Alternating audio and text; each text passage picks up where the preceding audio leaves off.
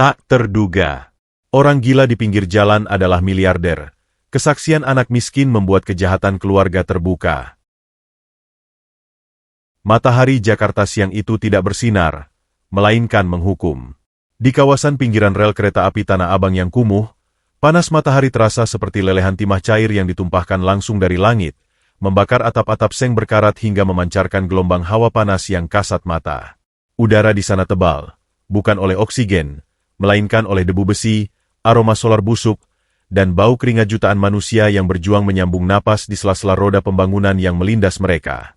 Di tengah lanskap yang keras dan tak kenal ampun itu, Cahaya, seorang gadis kecil berusia 8 tahun, tampak seperti bunga liar yang tumbuh nekat di celah aspal beton. Tubuhnya kurus kering, kulitnya yang sawo matang terbakar matahari hingga menjadi warna tembaga gelap. Rambutnya yang hitam kusam diikat asal-asalan dengan karet gelang merah bekas nasi bungkus, menyisakan anak-anak rambut yang lepek oleh keringat menempel di dahinya. Cahaya tidak sedang bermain boneka atau berlarian mengejar layang-layang seperti anak-anak seusianya di belahan dunia yang lebih beruntung. Ia sedang bekerja. Di tangannya, tergenggam sebuah tongkat kayu yang ujungnya ditempeli magnet bekas speaker rusak. Dengan alat sederhana itulah ia memancing rezeki. Cahaya menyusuri bantalan rel kereta api yang panas, matanya yang jeli, sepasang mata bulat bening yang seolah menyimpan seluruh kepolosan dunia, menyisir bebatuan kerikil tajam untuk mencari paku bengkok, baut lepas, atau potongan besi tua apapun yang terjatuh dari gerbong kereta. Setiap kali magnetnya berhasil menangkap sepotong logam berkarat, bunyi tak kecil yang dihasilkannya terdengar seperti musik terindah di telinga Cahaya. 1 paku berarti Rp100, 10 paku berarti 1.000. Dan Rp1.000 berarti ia bisa membelikan sebungkus obat sakit kepala untuk Nenek Siti yang sedang mengerang kesakitan di gubuk reot mereka. Tiba-tiba, tanah di bawah kaki Cahaya bergetar hebat. Kerikil-kerikil kecil di sela bantalan rel mulai menari-nari liar. Gojes, gojes, gojes. Suara itu datang dari kejauhan, awalnya seperti geraman rendah dari perut bumi, lalu dengan cepat berubah menjadi raungan monster metalik yang memekakkan telinga. Cahaya sudah hafal ritme ini. Itu adalah kereta barang jarak jauh yang membawa kontainer-kontainer raksasa. Gadis kecil itu dengan sigap melompat mundur, menjauh 2 meter dari bibir rel, menekan punggungnya ke dinding pembatas beton yang penuh coretan mural kusam. Angin kencang menerpa wajah Cahaya saat lokomotif diesel berwarna oranye biru itu melintas dengan kecepatan tinggi. Debu beterbangan, menciptakan badai kecil yang memerihkan mata. Cahaya menutup matanya dan menutup telinganya dengan kedua tangan, membiarkan monster besi itu lewat. Gerbong demi gerbong melaju cepat, blam-blam-blam, seolah tak ada habisnya. Namun, saat gerbong terakhir hendak melintas, sesuatu yang janggal terjadi. Mata Cahaya yang sedikit terbuka menangkap sebuah objek besar yang terlempar, atau mungkin terjatuh, dari sambungan antar gerbong yang terbuka. Benda itu melayang sejenak di udara, sebuah siluet gelap yang kontras dengan langit siang, sebelum akhirnya menghantam tanah bebatuan di sisi rel dengan suara gedebuk yang tumpul dan menyakitkan. Benda itu berguling beberapa kali, menuruni gundukan kerikil tajam, dan berhenti tepat di selokan kering yang penuh sampah plastik, hanya berjarak 5 meter dari tempat Cahaya berdiri. Jantung Cahaya berhenti berdetak sesaat. Itu bukan karung beras. Itu bukan tumpukan kardus. Itu manusia. Rasa takut yang dingin menjalari tulang punggung Cahaya, bertabrakan dengan panasnya udara siang. Logika anak jalanannya berteriak untuk lari. Urusan dengan mayat di pinggir rel biasanya berarti urusan panjang dengan polisi korup atau preman setempat. Tapi, ada sesuatu yang menahan kakinya. Sebuah dorongan hati nurani yang ditanamkan kuat-kuat oleh Nenek Siti setiap malam sebelum tidur. Kita boleh miskin harta, enduk. Tapi jangan pernah miskin hati. Dengan langkah gemetar, Cahaya memberanikan diri mendekat. Ia menuruni gundukan tanah, sepatunya yang sudah menganga di bagian ujung terselip di antara sampah botol plastik. Saat debu mulai mereda, pemandangan di hadapannya membuat napas Cahaya tercekat. Sosok yang tergeletak di sana adalah seorang pria dewasa. Tapi, dia bukan pria biasa yang sering Cahaya lihat di lingkungan kumuh ini. Pria itu mengenakan setelan jas berwarna abu-abu perak yang berkilau mewah di bawah sinar matahari, jenis kain sutra halus yang mungkin harganya lebih mahal dari gubuk cahaya seisinya. Kemeja putih di baliknya kini telah berubah warna menjadi merah pekat di bagian dada dan perut. Darah segar merembes keluar, membasahi tanah kering yang haus. Wajah pria itu tertelungkup, sebagian tertutup oleh lengan jasnya yang robek. Rambutnya yang tertata rapi kini berantakan, bercampur dengan debu dan darah yang mulai mengering di pelipis. Cahaya berjongkok di samping tubuh itu. Tangannya yang mungil dan kotor terulur ragu-ragu. Ia menyentuh bahu pria itu. Kain jasnya terasa sangat halus dan dingin, kontras dengan jari-jari Cahaya yang kasar. Om! Panggil Cahaya lirih. Suaranya nyaris tenggelam oleh sisa gemas suara kereta yang menjauh. Om bangun, Om. Tidak ada jawaban. Hanya suara napas yang berat dan putus-putus. Hos, hos. Seperti suara mesin tua yang kehabisan oli. Tiba-tiba, getaran di tanah kembali terasa.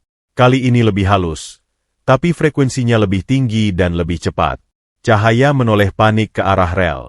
Lampu sinyal di kejauhan sudah berubah menjadi hijau. Sirine palang pintu di perlintasan terdekat mulai meraung. Kereta ekspres Argo Bromo Anggrek akan melintas di jalur ini. Jalur di mana kaki pria itu masih tergeletak melintang di atas bantalan rel. Kepanikan meledak di dada Cahaya.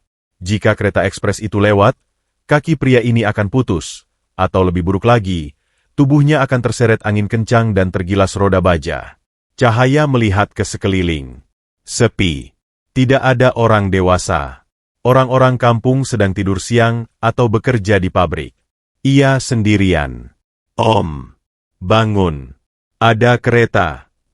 Cahaya mengguncang tubuh pria itu sekuat tenaga. Pria itu mengerang pelan. Matanya sedikit terbuka, memperlihatkan bola mata yang tidak fokus, berkabut, dan kosong. Ia bergumam sesuatu yang tidak jelas, lalu kembali terkulai lemas. Pingsan total. Suara klakson kereta ekspres terdengar dari kejauhan. Toot, toot. Suara kematian yang mendekat dengan kecepatan 100 km per jam. Cahaya tidak berpikir lagi. Ia membuang tongkat magnetnya. Ia mencengkeram kerah jas mahal pria itu dengan kedua tangan kecilnya. Ia menanamkan tumit kakinya ke tanah berkerikil, memasang kuda-kuda sekuat tenaga. Ayo, Om berat banget sih. Gerutu Cahaya sambil menangis ketakutan. Ia menarik sekuat tenaga. Urat-urat lehernya menonjol.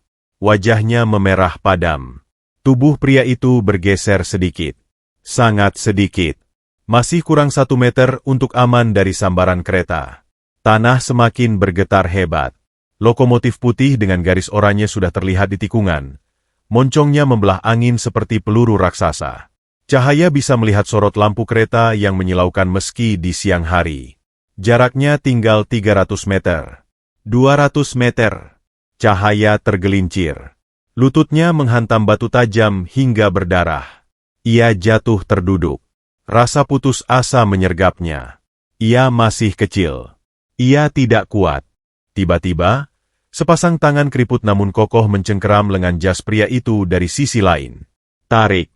Enduk. Tarik bareng nenek. Cahaya menoleh kaget. Nenek Siti. Wanita tua itu muncul entah dari mana. Wajahnya pucat menahan sakit jantungnya, namun matanya menyala dengan tekad baja. 1, 2, tarik! Teriak Nenek Siti.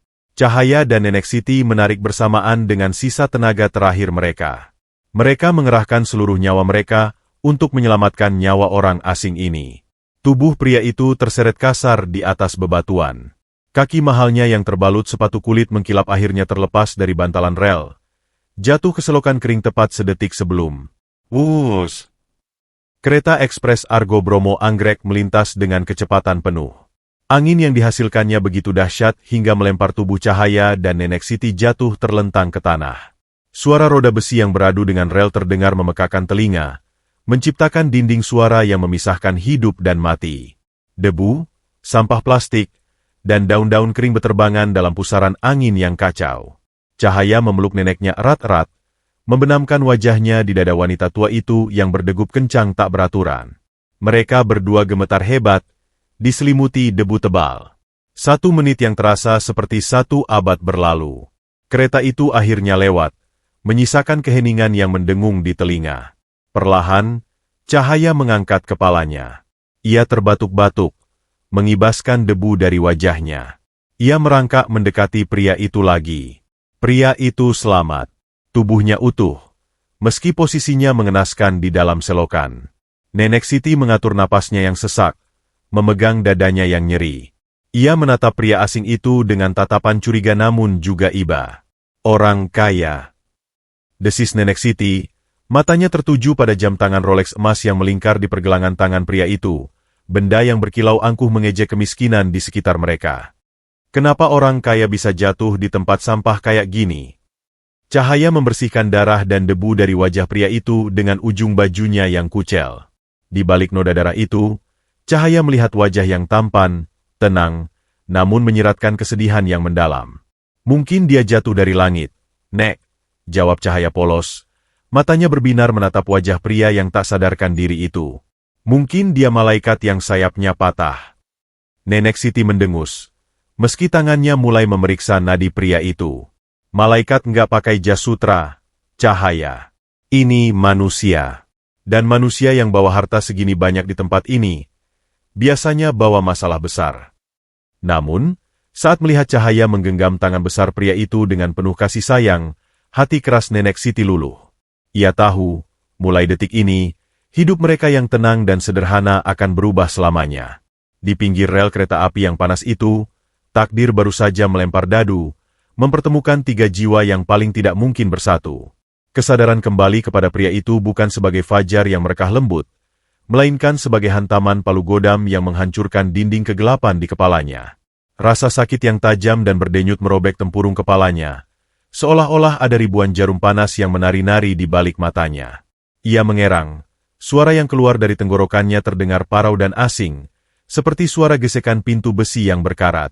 Saat ia memaksa kelopak matanya terbuka, dunia di sekelilingnya berputar dalam kaleidoskop warna yang buram dan menyedihkan. Tidak ada langit-langit gipsum putih dengan lampu kristal yang biasa menyambut paginya. Yang ada hanyalah lembaran-lembaran kardus bekas mie instan yang ditempel asal-asalan, menyisakan celah-celah di mana cahaya matahari sore menerobos masuk seperti pedang debu. Hidungnya, yang terbiasa menghirup aroma-aroma terapi lavender di kamar tidurnya yang luas, kini diserbu oleh bau apek yang pekat, campuran aroma tanah basah, minyak tawon yang menyengat, dan bau asap kayu bakar yang menyesakkan dada. Pria itu mencoba bangun, namun tubuhnya terasa seperti bukan miliknya. Setiap sendi berteriak protes, setiap otot terasa memar seolah ia baru saja dijatuhkan dari langit ketujuh. Ia terbaring di atas dipan bambu yang keras, beralaskan tikar pandan yang sudah sobek di sana-sini.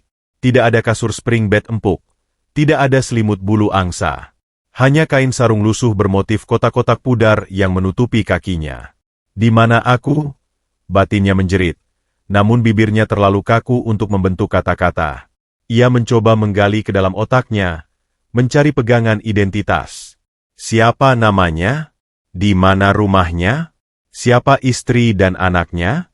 Namun, yang ia temukan hanyalah dinding kabut putih yang tebal dan tak tertembus. Ingatannya adalah sebuah perpustakaan megah yang baru saja terbakar habis, menyisakan rak-rak kosong yang menghitam dan abu yang beterbangan. Rasa panik mulai merayap naik dari ulu hatinya, dingin dan mencekik. Ia tidak tahu siapa dirinya.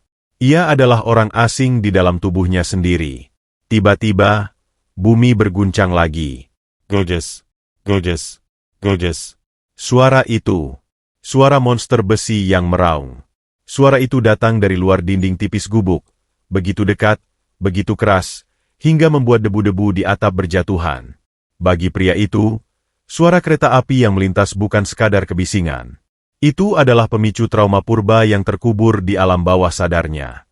Seketika, kilatan memori yang terfragmentasi menyerbunya, rasa sakit didorong, sensasi melayang di udara, angin kencang, dan benturan keras.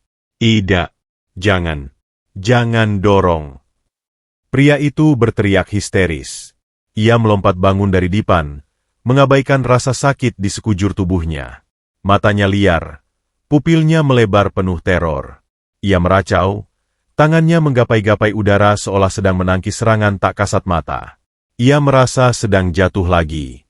Ia merasa roda besi itu akan melindas kepalanya. Tenang. Hei, tenang. Suara serak seorang wanita tua terdengar. Nenek Siti, yang sedang menumbuk obat herbal di sudut ruangan, bergegas mendekat. Ia mencoba menahan bahu pria itu agar tidak jatuh dari bel bambu. Namun, tenaga pria itu, tenaga orang yang sedang bertarung nyawa, terlalu kuat untuk tubuh renta Nenek Siti. Pria itu meronta, menyenggol kaleng bekas biskuit hingga jatuh berdentang nyaring ke lantai tanah. Tolong, tolong, ampun. Racau pria itu, meringkuk di sudut dipan, menutup telinganya rapat-rapat, gemetar hebat seperti anak kecil yang melihat hantu. Kepanikan menguasai gubuk sempit itu. Suara kereta di luar semakin bising, seolah mengejek ketakutan pria itu. Lalu, sebuah suara lain muncul. Suara yang membelah kebisingan itu dengan kelembutan yang mustahil. Wiu, wiu. Suara harmonika. Nada-nadanya sederhana, sedikit sumbang karena lidah harmonika yang sudah berkarat, namun dimainkan dengan jiwa yang tulus. Melodi itu mengalun pelan. Sebuah lagu pengantar tidur kuno yang biasa dinyanyikan ibu-ibu di desa untuk menenangkan bayi yang menangis. Pria itu terdiam. Napasnya masih memburu, namun tangannya perlahan turun dari telinganya. Ia mendongak. Di ambang pintu gubuk, berdiri Cahaya. Gadis kecil itu memegang sebuah harmonika tua di bibirnya. Matanya tertutup, tubuh mungilnya bergoyang pelan mengikuti irama yang ia ciptakan. Ia tidak takut melihat pria besar yang mengamuk itu. Ia justru memberinya obat penenang terbaik yang ia miliki, musik. Cahaya terus meniup harmonikanya, melangkah pelan mendekati dipan. Setiap langkahnya seolah mengusir setan-setan ketakutan dari kepala pria itu. Suara kereta api di luar perlahan menjauh, dan akhirnya menghilang, digantikan sepenuhnya oleh melodi harmonika yang mendayu-dayu. Cahaya menghentikan tiupannya saat ia berdiri tepat di depan pria itu. Ia tersenyum, sebuah senyum yang memperlihatkan gigi susunya yang tanggal 1. Sudah pergi, Om. Monster keretanya sudah pergi. Om aman di sini, ucap Cahaya lembut. Pria itu menatap Cahaya. Di mata gadis kecil itu, ia melihat pantulan dirinya yang menyedihkan, pria dewasa yang menangis ketakutan. Namun, ia juga melihat penerimaan tanpa syarat. Tidak ada penghakiman di mata bening itu. Siapa kamu? Tanya pria itu, suaranya parau. Siapa aku? Pertanyaan itu menggantung di udara. Nenek Siti mendekat, membawa segelas air teh hangat. Kami juga nggak tahu siapa kamu. Nak, kamu jatuh dari kereta. Kepalamu terbentur keras, jawab Nenek Siti, menyerahkan gelas itu. Minumlah, biar nyawamu kumpul lagi. Pria itu menerima gelas seng itu dengan tangan gemetar. Ia mencoba mengingat. Ia memejamkan mata, berusaha keras menangkap satu kata saja dari masa lalunya. Bayangan terakhir sebelum kegelapan. Ia ingat ia sedang berdoa. Ia ingat ia pasrah. Ia ingat kata penutup doanya. Amin. Bisik pria itu pelan. Amin. Ia terus mengulang kata itu seperti mantra. Amin. Amin. Cahaya menoleh ke arah Nenek Siti dengan wajah cerah. Nek. Dia nyebut namanya. Namanya Amin. Seru Cahaya girang. Nenek Siti mengernyit. Ia tahu itu bukan nama. Itu doa. Tapi melihat kondisi pria itu yang kosong melompong, mungkin sebuah nama baru adalah awal yang baik. Nama adalah doa. Dan, Amin, berarti, perkenankanlah. Mungkin Tuhan sedang memperkenankan pria ini hidup kedua kalinya. Ya sudah, putus Nenek Siti. Namamu Amin. Sekarang makan. Perut kosong bikin pikiran makin gila. Malam pun turun menyelimuti pinggiran rel. Cahaya menyalakan lampu teplok minyak tanah, yang apinya bergoyang-goyang tertiup angin yang masuk dari celah dinding. Nenek Siti menyajikan makan malam mereka. Nasi putih yang sedikit keras, nasi raskin, sayur daun singkong santan yang encer, dan tempe goreng tepung yang warnanya sudah agak gelap karena digoreng dengan minyak jelantah bekas berkali-kali.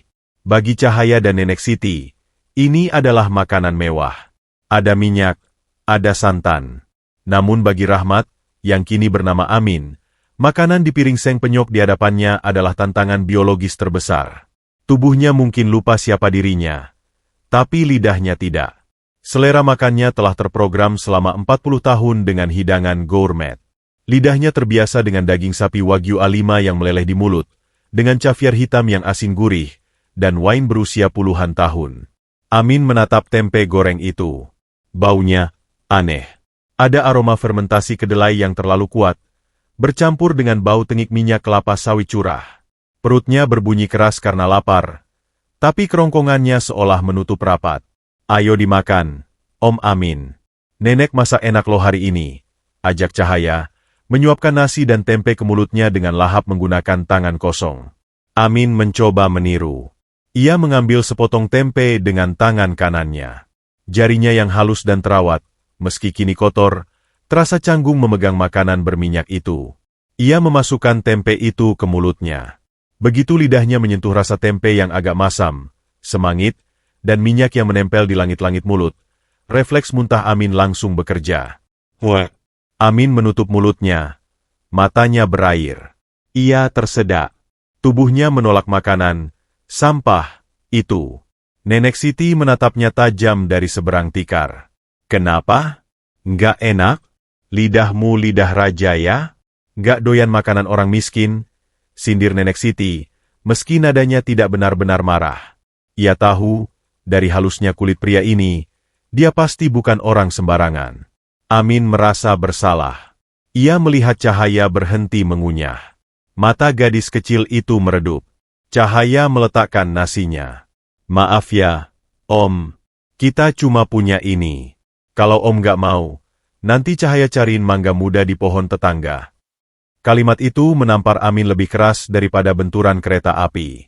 Gadis kecil ini, yang menyelamatkan nyawanya, yang menenangkannya dengan harmonika, kini meminta maaf karena kemiskinannya.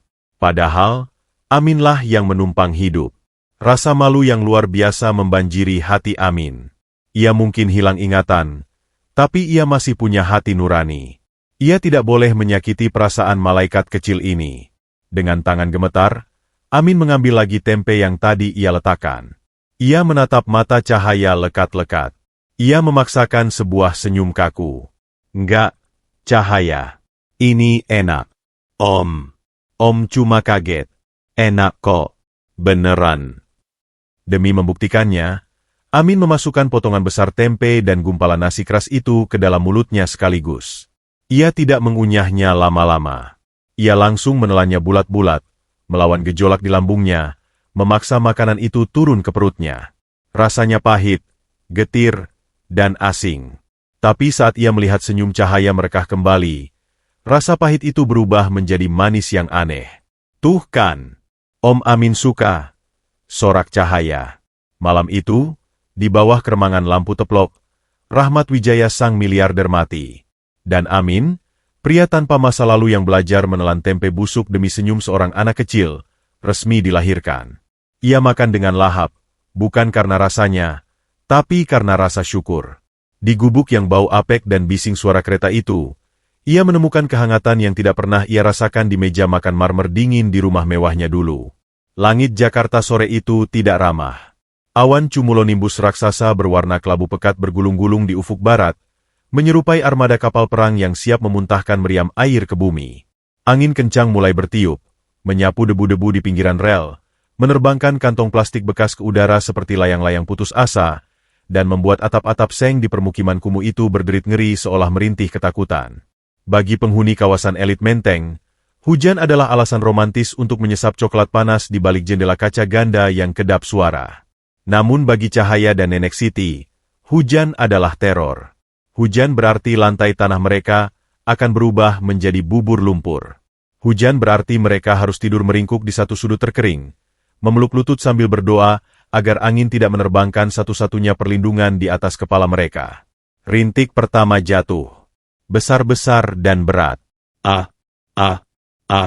Suara butiran air menghantam atap seng berkarat itu terdengar nyaring, seperti tembakan peringatan. Dalam hitungan detik, langit seolah robek. Hujan turun dengan intensitas yang brutal, menciptakan dinding air yang memisahkan gubuk mereka dari dunia luar. Suara gemuruh air yang menghantam atap begitu memekakan telinga, hingga mereka harus berteriak untuk bisa saling mendengar. Di dalam gubuk, kepanikan kecil mulai terjadi. Ember! Cahaya, ambil ember! Teriak Nenek Siti. Suaranya parau tertelan kebisingan hujan. Cahaya berlari tergopoh-gopoh mengambil ember plastik pecah dan panci-panci penyok. Ia meletakkannya di titik-titik strategis di mana air mulai menetes deras dari langit-langit. Tuk, tuk, tuk. Irama tetesan air yang jatuh ke dalam ember beradu dengan deru hujan di luar, menciptakan simfoni kemiskinan yang menyedihkan. Ada 3 titik bocor besar hari ini. 1 di dekat pintu, 1 di tengah ruangan, dan yang paling parah, tepat di atas dipan tempat Nenek Siti biasa tidur. Air kotor berwarna coklat, campuran air hujan dan karat seng, mengucur deras, membasahi kasur tipis Nenek Siti yang sudah apek. Nenek Siti berusaha menggeser kasurnya yang berat dengan tenaga rentanya. Napasnya tersengal-sengal. Cahaya mencoba membantu, tapi tenaga gadis kecil itu tidak seberapa. Di tengah kekacauan itu, Amin berdiri mematung. Ia menatap tetesan air yang menimpa wajah Nenek Siti. Sesuatu di dalam dadanya bergejolak. Rasa tidak terima. Rasa marah. Bukan marah pada hujan, tapi marah pada ketidakberdayaan. Ia adalah laki-laki dewasa di rumah ini. Bagaimana mungkin ia membiarkan wanita tua dan anak kecil kehujanan di dalam rumah mereka sendiri? Tanpa mengucapkan sepatah kata pun, Amin bergerak. Ia menyambar sebuah terpal plastik bekas spanduk caleg yang tergeletak di sudut ruangan. Ia mengambil segenggam paku karatan yang dikumpulkan Cahaya kemarin, dan sebuah batu kali sebesar kepalan tangan sebagai pengganti palu. Om Amin, mau kemana? Di luar bahaya. Jeri Cahaya saat melihat Amin membuka pintu dan menerobos hujan badai. Amin tidak menjawab. Ia sudah berada di luar. Hujan deras langsung menampar wajahnya, membasahi pakaiannya dalam sekejap mata. Dinginnya menusuk tulang, tapi anehnya, Amin merasa darahnya mendidih panas. Ia memanjat dinding gubuk yang terbuat dari papan kayu lapuk dengan ketangkasan yang mengejutkan. Kakinya mencari pijakan di sela-sela kayu, tangannya mencengkeram pinggiran atap seng yang tajam. Ia tidak ingat pernah memanjat sebelumnya, tapi otot-ototnya ingat. Tubuhnya bergerak dengan koordinasi yang sempurna, seolah ia terlahir di atas scaffolding. Di atas atap yang licin dan bergoyang diterpa angin, Amin bekerja seperti orang kerasukan. Ia membentangkan terpal plastik itu di atas bagian yang bocor. Ia menahan napas saat angin kencang mencoba menerbangkan terpal itu. Dengan satu tangan menahan plastik, tangan lainnya menghantamkan batu kali ke paku. Dum, dum, dum. Ia memaku terpal itu ke kerangka atap. Setiap pukulan batunya penuh dengan tekad. Ia tidak sedang memperbaiki atap, ia sedang membangun benteng. Ia sedang melindungi keluarganya. Di bawah sana, Cahaya dan Nenek Siti mendongak menatap langit-langit. Suara tetesan air yang bocor perlahan berhenti. Satu persatu. Hingga akhirnya, ruangan itu kering. Hanya suara hujan di luar yang tersisa. Tapi tidak ada lagi air yang masuk menjajah rumah mereka. 10 menit kemudian, Amin turun. Ia masuk kembali ke dalam gubuk, basah kuyup dari ujung rambut sampai ujung kaki, menggigil kedinginan, air menetes dari hidung dan dagunya. Tapi wajahnya bersinar penuh kemenangan. Nenek Siti menatapnya dengan mulut ternganga. Ia segera mengambil handuk kusam dan melemparkannya ke Amin. Kamu ini nekat. Kalau jatuh gimana? Tulangmu itu belum sembuh benar, omel Nenek Siti, tapi matanya berkaca-kaca penuh rasa terima kasih. Amin menyeka wajahnya, tersenyum lebar. Sudah aman, Nek. Nenek bisa tidur nyenyak. Nggak akan ada air masuk lagi. Cahaya berlari memeluk kaki Amin yang basah, tidak peduli bajunya ikutan kotor. Om Amin hebat. Om Amin kayak Superman. Malam itu, hujan reda menyisakan gerimis dan hawa dingin. Setelah makan malam seadanya, suasana di gubuk menjadi tenang. Nenek Siti sudah tertidur pulas di kasurnya yang kini kering. Dengkur halusnya terdengar berirama. Amin duduk di ambang pintu, diterangi cahaya lampu teplok yang remang-remang. Di tangannya, ada sepotong balok kayu bekas kaki kursi yang patah. Di tangan kanannya, ia memegang pisau dapur kecil yang sudah ia asah tajam di batu kali tadi sore. Tangannya bergerak lincah, menyerut kayu itu sedikit demi sedikit. Srek, srek, srek. Ia tidak berpikir. Ia membiarkan tangannya bekerja sendiri. Otaknya yang amnesia tidak tahu apa yang sedang ia buat, tapi hatinya tahu. Ada memori otot yang kuat di jari-jarinya. Dulu, jauh sebelum ia menjadi miliarder yang sibuk dengan saham dan rapat direksi, Rahmat Wijaya muda adalah seorang mahasiswa arsitektur yang gemar membuat maket. Ia suka menciptakan sesuatu dari ketiadaan. Cahaya, yang belum bisa tidur, merangkak mendekat. Ia duduk bersila di depan Amin, menopang dagu dengan kedua tangannya, matanya bulat besar memperhatikan setiap gerakan pisau Amin dengan takjub. Serutan demi serutan jatuh ke lantai. Balok kayu yang kasar perlahan berubah bentuk. Lekukan-lekukan mulai terlihat. Sebuah kap mesin, jendela, roda. Amin sedang membuat sebuah mobil-mobilan sedan. Wah! Desah cahaya panjang. Itu mobil ya, Om. Amin berhenti sejenak, meniup serbuk kayu dari benda itu. Ia menatap hasil karyanya. Sebuah sedan sport mini dari kayu, kasar tapi detailnya luar biasa presisi. Iya, ini mobil, jawab Amin, suaranya lembut. Ia mengambil 4 tutup botol plastik bekas minuman soda, melubanginya di tengah, lalu memasangnya sebagai roda menggunakan paku kecil. Mobil itu jadi sederhana, tapi dibuat dengan cinta yang rumit. Amin menyerahkan mobil-mobilan kayu itu kepada Cahaya. Buat kamu. Cahaya menerimanya dengan tangan gemetar, seolah ia baru saja menerima berlian. Ia memutar-mutar rodanya. Krek, krek. Rodanya berputar lancar. Buat Cahaya? Tanya gadis kecil itu tak percaya. Cahaya belum pernah punya mainan bagus kayak gini. Biasanya Cahaya cuma mainan botol bekas diikat tali. Amin tersenyum, mengelus rambut Cahaya yang bau matahari. Sekarang kamu punya. Jaga baik-baik ya. Cahaya memeluk mobil-mobilan itu erat di dada, lalu menatap Amin dengan tatapan yang membuat hati Amin terasa diremas. Om Amin. Panggil Cahaya pelan. Dulu. Bapak Cahaya juga suka bikin mainan dari kayu. Tapi bapak meninggal waktu Cahaya masih bayi. Cahaya nggak inget muka bapak. Cuma ada fotonya yang udah burem. Cahaya menunduk, memainkan roda mobil-mobilan itu. Kata nenek, bapak itu orangnya kuat. Bapak suka gendong Cahaya di pundaknya. Bapak suka benerin genteng bocor. Cahaya mendongak lagi, matanya basah. Tadi waktu Om Amin manjat atap, Cahaya kayak ngeliat bapak hidup lagi. Kalimat itu menghantam Amin telak di ulu hati. Ada rasa haru yang membuncah, bercampur dengan rasa sakit yang aneh, rasa rindu pada sesuatu yang ia sendiri lupa. Di kehidupan lalunya yang hilang, ia punya seorang putri, Ayu. Tapi ia tidak pernah membuatkan mainan untuk Ayu. Ia hanya membelikan boneka termahal dari luar negeri, lalu meninggalkannya bersama pengasuh. Ia tidak pernah membetulkan atap rumahnya sendiri. Ia menyewa kontraktor. Di sini, di gubuk reot ini, sebagai Amin si pria amnesia, ia justru menemukan esensi menjadi seorang ayah yang sesungguhnya. Hadir. Melindungi. Membuatkan kebahagiaan dengan tangan sendiri. Amin menarik Cahaya ke dalam pelukannya. Pelukan itu kaku pada awalnya, namun kemudian menjadi erat dan hangat. Om bukan bapak kamu, Cahaya. Bisik Amin, suaranya bergetar menahan emosi. Om gak tahu siapa Om sebenarnya. Tapi selama Om di sini, Om janji bakal jagain kamu sama nenek. Om bakal jadi atap yang gak bocor buat kalian. Cahaya membenamkan wajahnya di dada bidang Amin, mendengarkan detak jantung pria itu yang tenang dan kuat. Makasih, Om Amin. Makasih udah jatuh dari kereta, gumam Cahaya polos. Amin tertawa kecil. Tawa yang lepas dan ringan, tawa yang sudah bertahun-tahun tidak pernah keluar dari bibir Rahmat Wijaya.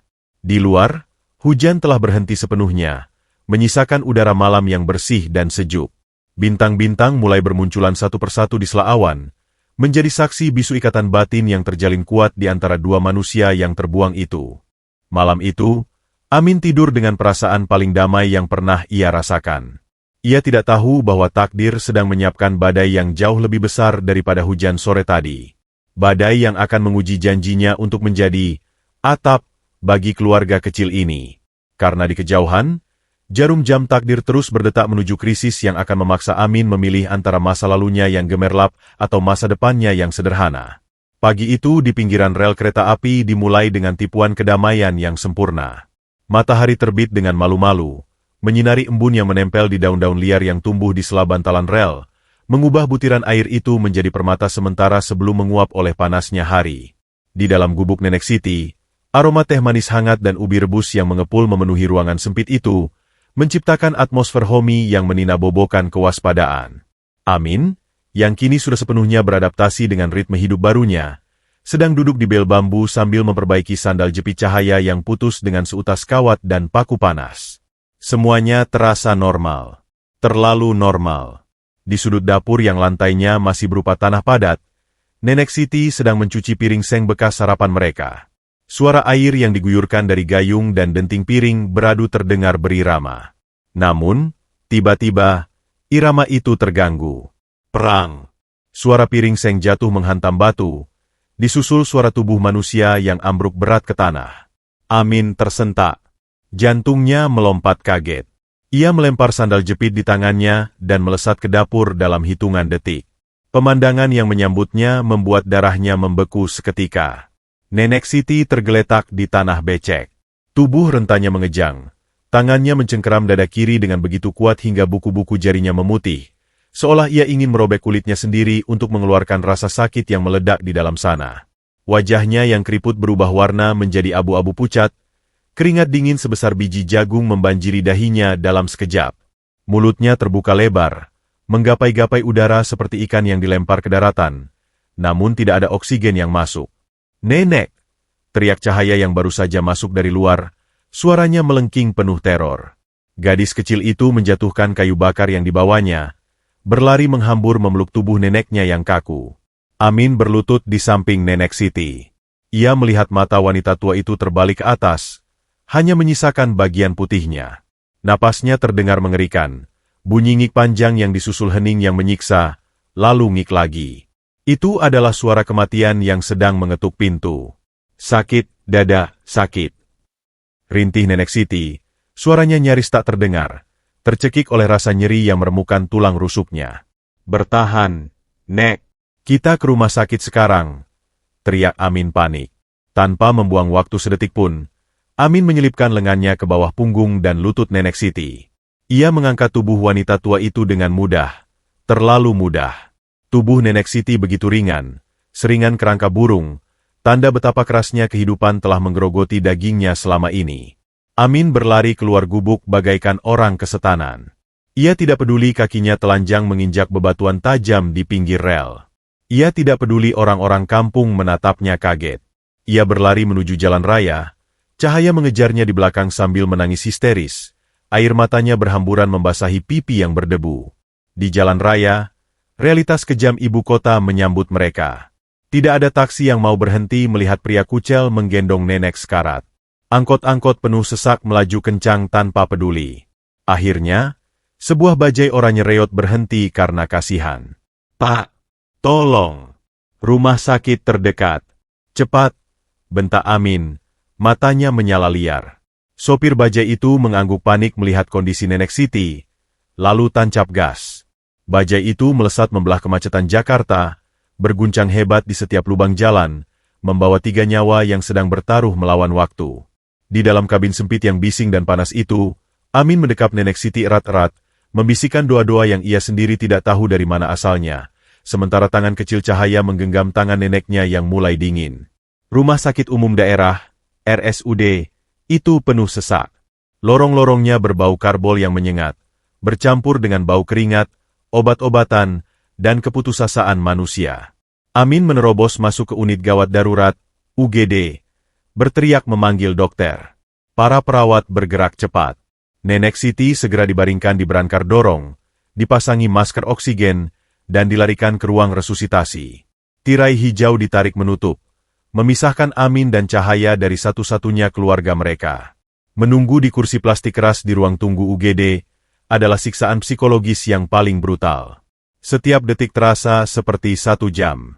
Cahaya duduk meringkuk di samping Amin, bahunya terguncang hebat menahan isak tangis, harmonika tuanya digenggam erat di tangan sebagai jimat. 1 jam kemudian, seorang dokter muda dengan wajah lelah keluar dari balik tirai. Ia melepas maskernya, menatap Amin dengan pandangan yang sudah terlalu sering melihat tragedi kemiskinan. "Keluarga Ibu Siti?" tanya dokter itu datar. Amin dan Cahaya langsung berdiri. "Saya, Dok. Saya anaknya. Bagaimana keadaannya?"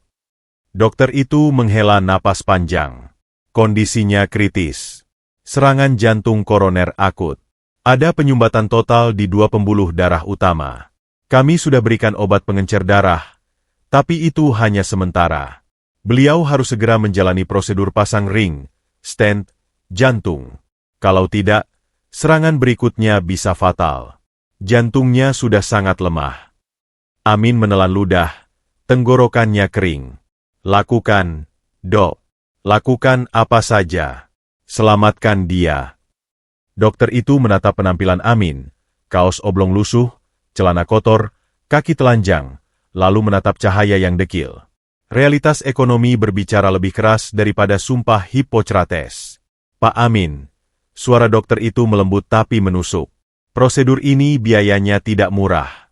Karena Ibu Siti tidak punya BPJS atau asuransi, biaya pemasangan ring, obat, dan perawatan ICU diperkirakan sekitar 50 juta rupiah. Dan sesuai prosedur rumah sakit, Bapak harus menyetor uang muka minimal 50% di kasir sekarang juga agar tindakan bisa dilakukan." 50 juta. Angka itu menghantam Amin seperti pukulan palu godam di ulu hati. Dunia di sekelilingnya seolah runtuh. 50 juta? Bagi pemulung seperti mereka, uang segitu adalah dongeng. Penghasilan mereka sehari hanya 50.000 rupiah. Butuh 1000 hari tanpa makan untuk mengumpulkan uang itu. "Tapi Dok, ibu saya sekarat. Tolong lakukan dulu. Saya akan cari uangnya. Saya janji." Amin memohon. Suaranya pecah, harga dirinya runtuh di hadapan nyawa ibunya. Dokter itu menggeleng pelan. Wajahnya penuh penyesalan birokratis. "Maaf, Pak. Sistem komputer mengunci tindakan operasi jika deposit belum masuk. Saya hanya dokter. Saya tidak bisa melawan sistem. Bapak punya waktu 2 jam sebelum efek obatnya habis. Usahakan uangnya, Pak." Dokter itu kembali masuk, meninggalkan Amin yang terpaku kaku. Cahaya menarik ujung baju Amin. Wajah gadis kecil itu basah oleh air mata. "Om Amin, 50 juta itu nolnya ada berapa? Kita nggak punya uang segitu. Nenek bakal mati ya, Om?" Pertanyaan polos itu merobek hati Amin. Ia merasa gagal. Ia merasa tidak berguna. Ia ingin berteriak, ingin memukul dinding, ingin membakar rumah sakit ini. Tapi itu tidak akan menyelamatkan Nenek Siti. Tiba-tiba, Cahaya teringat sesuatu. Matanya membelalak lebar. "Om! Om Amin!" seru Cahaya, merogoh saku celana kumalnya. Cahaya lupa. Nenek pernah bilang, kalau ada apa-apa sama Nenek, Cahaya harus kasih ini ke Om.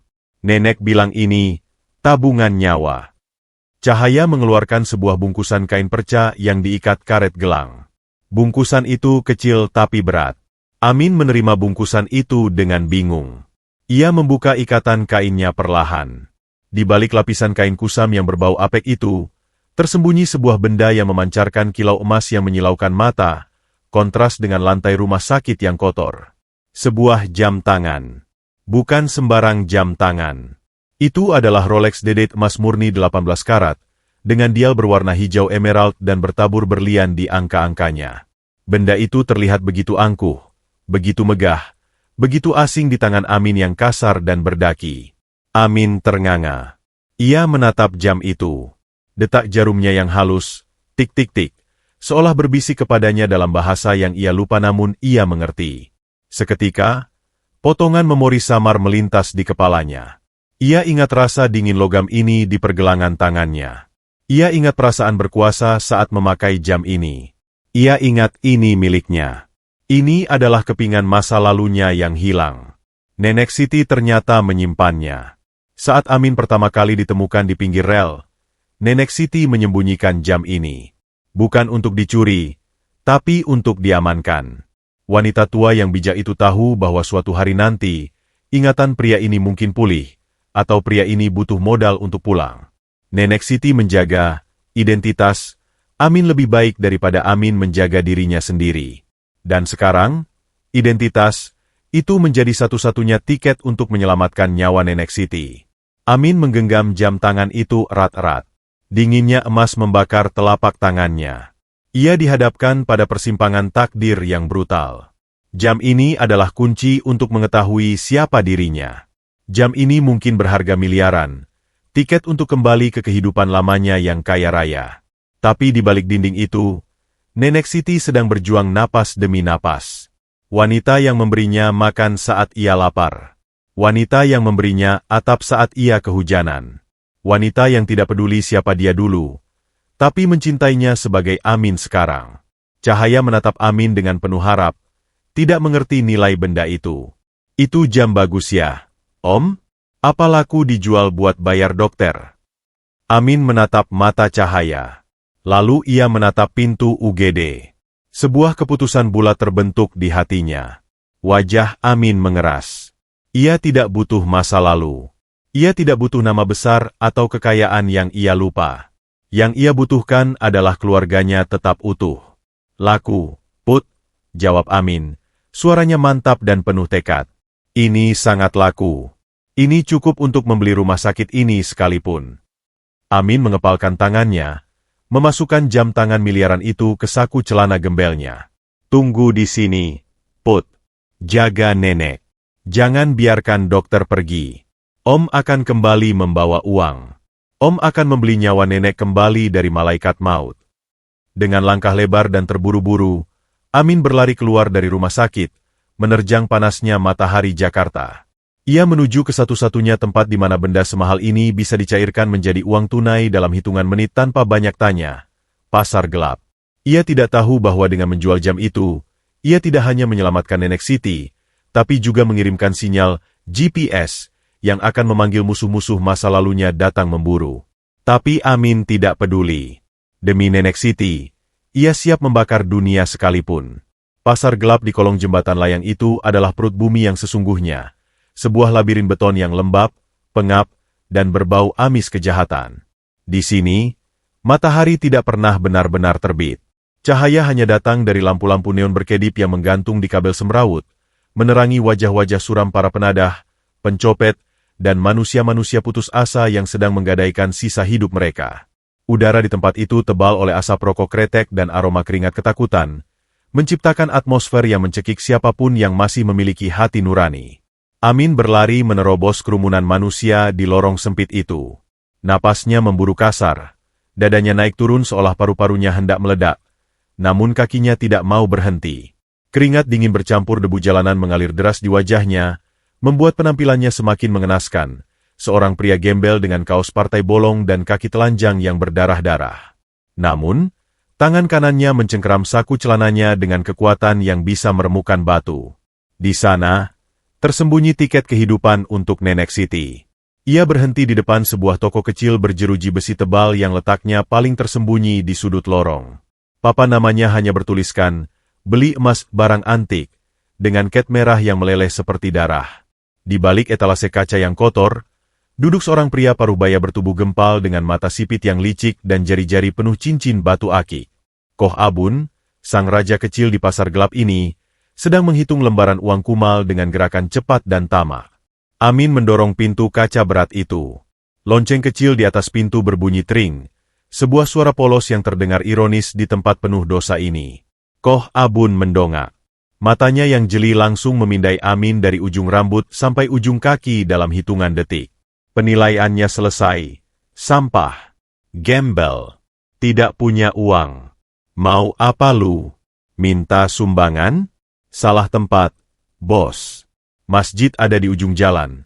Usir Koh Abun kasar tanpa menghentikan hitungan uangnya, bahkan tidak sudi menatap wajah Amin 2 kali. Amin tidak mundur. Ia berjalan mendekati meja etalase yang tinggi, membiarkan aroma AC toko yang dingin menerpa tubuhnya yang berkeringat. Dengan tangan gemetar, bukan karena takut, tapi karena urgensi waktu, Amin mengeluarkan bungkusan kain apek dari sakunya. Saya mau jual ini, ucap Amin, suaranya parau namun mendesak. Ia membuka ikatan kain itu perlahan. Seketika, Ruangan suram itu seolah diterangi oleh ledakan cahaya hijau dan emas. Jam tangan Rolex Dedate itu tergeletak di atas meja kaca yang berdebu, memancarkan aura keanggunan yang tak terbantahkan. Berlian-berlian kecil di sekeliling bezelnya menangkap cahaya lampu neon dan memantulkannya menjadi spektrum pelangi yang menyilaukan. Benda itu tampak seperti artefak suci yang jatuh ke lumpur hina. Koh Abun tersentak. Uang di tangannya jatuh berserakan. Matanya membelalak lebar, hampir melompat keluar dari rongganya. Sebagai penada veteran, ia tahu barang. Ia tahu bau uang. Dan benda di depannya ini bukan sekadar uang. Ini adalah tambang emas. Dengan gerakan cepat menyambar, Koh Abun mengambil jam itu. Ia memasang kaca pembesar, loupe, di mata kanannya, meneliti setiap detail jam tersebut dengan ketelitian seorang ahli bedah. Ia memeriksa serial number di balik casing, memeriksa gerakan jarum detiknya yang menyapu halus, sweeping movement, dan memeriksa berat jenis emasnya. Jantung Amin berdegup kencang seirama dengan detak jam dinding di toko itu. Tik-tok, tik-tok. Setiap detik yang berlalu adalah satu tarikan napas nenek Siti yang hilang. Koh Abun melepaskan kaca pembesarnya. Wajahnya berubah. Keramahan palsu dan ketamakan kini bercampur di senyumnya yang memamerkan gigi emas. Asli, gumam Koh Abun, lebih kepada dirinya sendiri. Rolex President. Emas 18 karat. Plat hijau emerald. Ini barang langka. Di butik resmi, harganya bisa 600 juta. Di pasar kolektor, bisa tembus 1 miliar. Hati Amin melonjak penuh harap. 1 miliar. Itu bukan hanya cukup untuk operasi, itu cukup untuk membeli rumah, menyekolahkan Cahaya sampai dokter, dan membuat Nenek Siti hidup seperti ratu di sisa umurnya. Tolong, Koh, Amin memohon, mencondongkan tubuhnya. Saya butuh cepat. Ibu saya sekarat di rumah sakit. Butuh operasi jantung sekarang juga. Saya tidak minta 1 miliar. Saya cuma butuh 50 juta. Sisanya ambil saja buat Koh. Mendengar angka 50 juta, mata Koh Abun berkilat licik. Otak kriminalnya langsung menyusun skenario. Pria di depannya ini gembel. Tidak punya identitas. Tidak punya kekuatan hukum. Dan dia sedang terdesak. Ini adalah mangsa paling empuk di dunia. Koh Abun melempar jam tangan itu kembali ke meja dengan bunyi kelatak yang kasar, seolah benda itu adalah sampah plastik.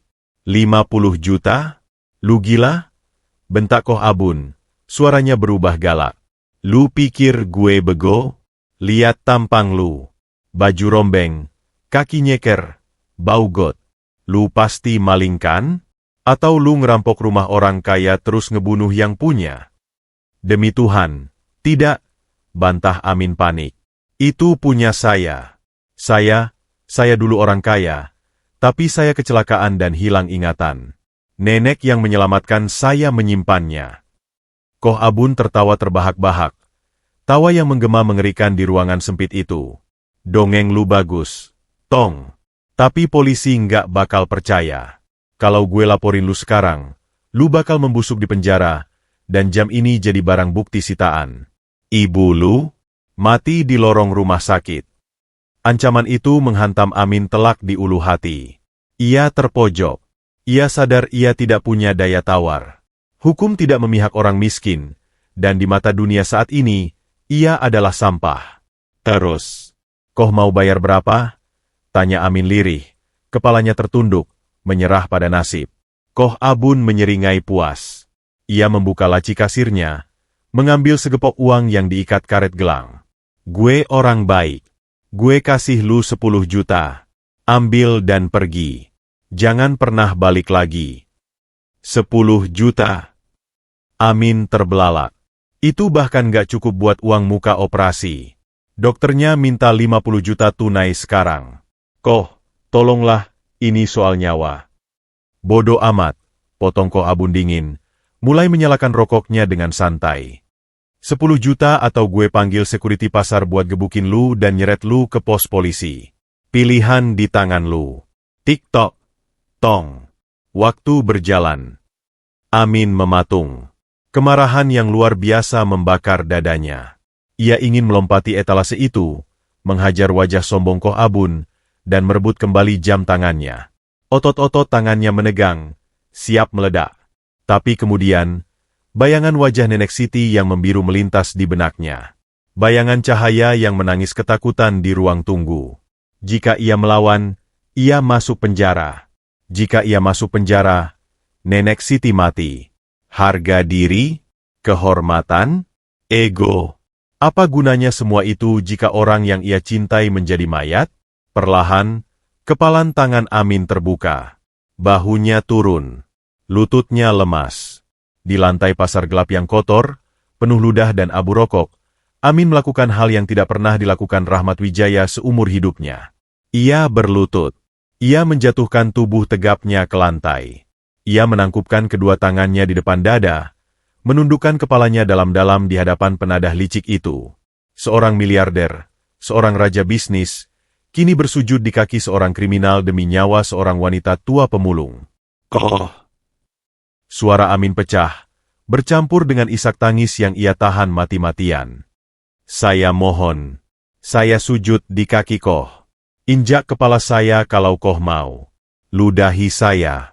Tapi tolong tambah uangnya. Kasih saya 50 juta. Cuma itu yang saya minta. Sisanya buat Koh. Tolong selamatkan ibu saya. Pemandangan itu begitu menyedihkan sekaligus agung. Seorang pria yang membuang seluruh ego lelakinya demi cinta yang murni. Bahkan Koh Abun, yang hatinya terbuat dari batu kali, merasakan sedikit getaran aneh melihat ketulusan yang telanjang itu. Koh Abun mendecak kesal, membuang puntung rokoknya ke lantai. Ia tidak suka merasa bersalah. Ah, sialan. Drama banget lu, gerutu Koh Abun. Ia membuka brankas kecil di bawah meja dengan kasar. Ia mengambil beberapa gepok uang lagi, menghitungnya asal-asalan, lalu melemparkannya ke wajah Amin yang masih berlutut. Plak. Gepokan uang itu menghantam pipi Amin, lalu berserakan di lantai yang kotor. Nih, 50 juta pas. Anggap aja gue lagi buang sial.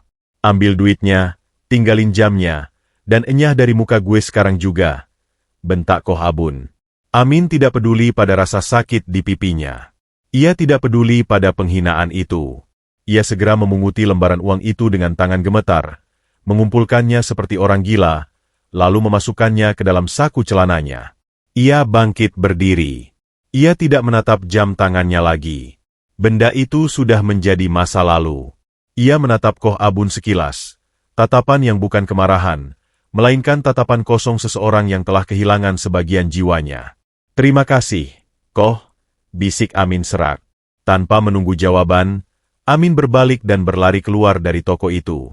Ia menerobos kembali kerumunan pasar gelap, berlari menuju rumah sakit secepat kilat. Ia meninggalkan harga dirinya tertinggal di lantai toko emas itu, namun ia membawa pulang harapan. Namun, Amin tidak menyadari satu hal fatal. Saat Koh Abun sedang mengelap jam tangan Rolex itu dengan kain bludru sambil tersenyum licik, ia melihat sebuah ukiran halus di bagian belakang casing jam tersebut. Sebuah ukiran nama yang sangat spesifik. Rahmat Wijaya, CEO Santoso Group. Koh Abun terdiam.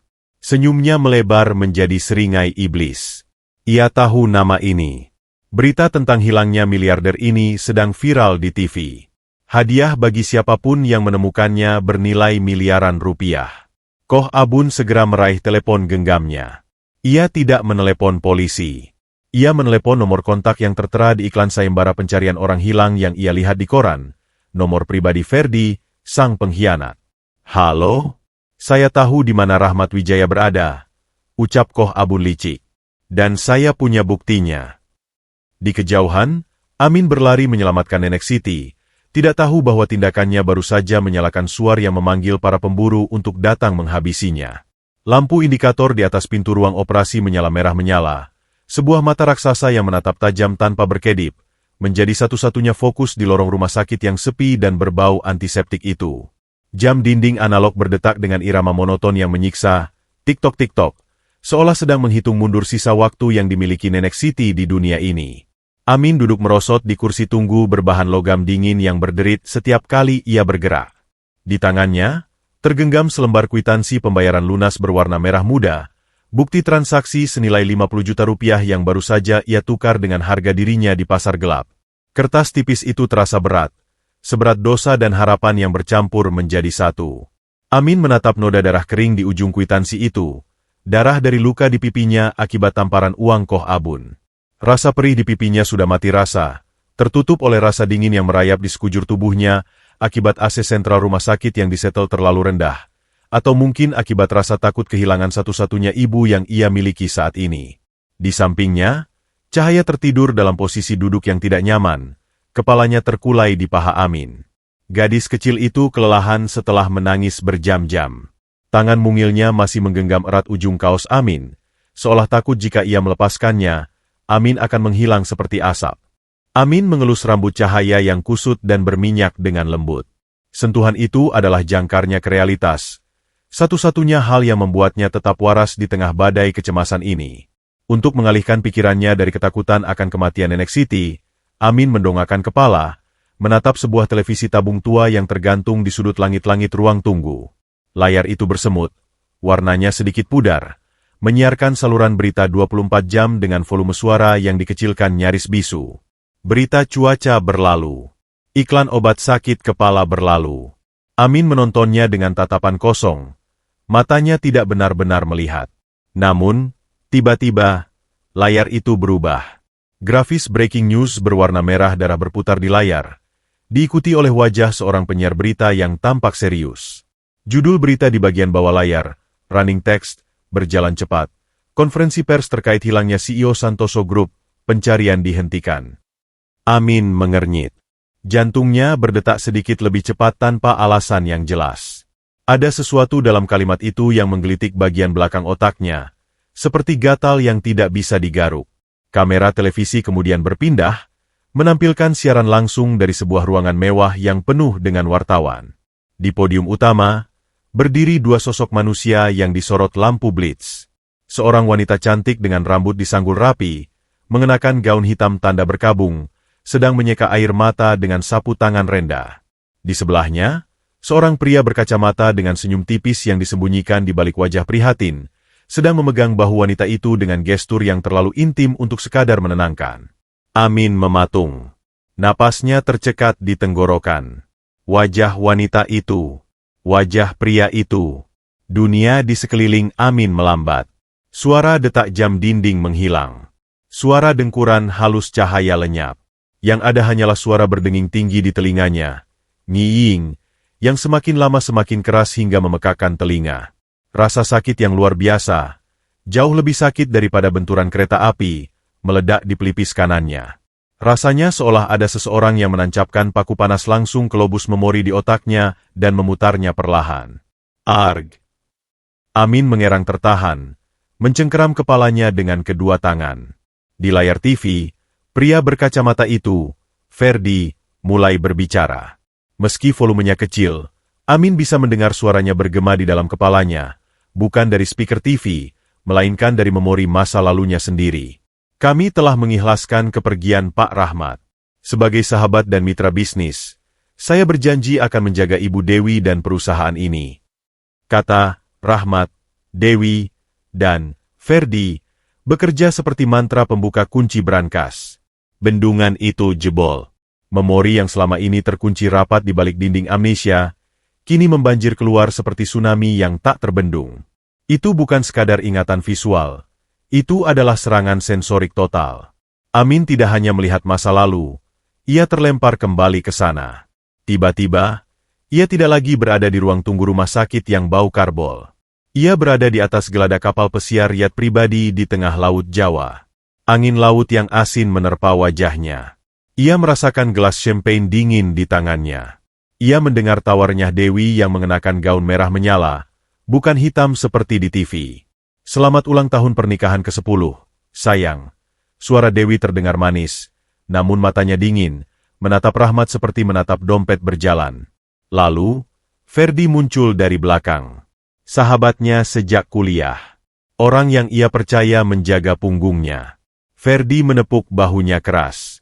Cheers, bro. Untuk kesuksesan kita. Rahmat tersenyum, menyesap minumannya. Tapi sedetik kemudian, Pandangannya kabur. Obat bius. Ia terhuyung. Ia melihat Ferdi dan Dewi saling bertukar pandang. Pandangan konspirator yang memuakan. Maaf, Rahmat. Kamu terlalu lurus. Bisnis ini butuh tangan kotor. Bisik Ferdi di telinganya. Lalu dorongan itu. Tangan Ferdi yang kuat mendorong dadanya. Rahmat terlempar ke belakang, melewati pagar pembatas kapal. Ia melihat wajah Dewi yang hanya diam, menyalakan rokok dengan tenang saat suaminya jatuh menuju kematian. Sensasi jatuh bebas. Benturan keras dengan air laut yang dingin dan gelap. Rasa asin air yang masuk ke paru-parunya. Rasa sakit saat tubuhnya menghantam baling-baling kapal kecil nelayan yang lewat, sebelum akhirnya ia hanyut tak sadarkan diri dan terbawa arus hingga ke muara sungai di Jakarta, tersangkut di gerbong kereta barang. Hahaha. Hahaha. Amin. Tidak, Rahmat Wijaya, tersentak kembali ke masa kini.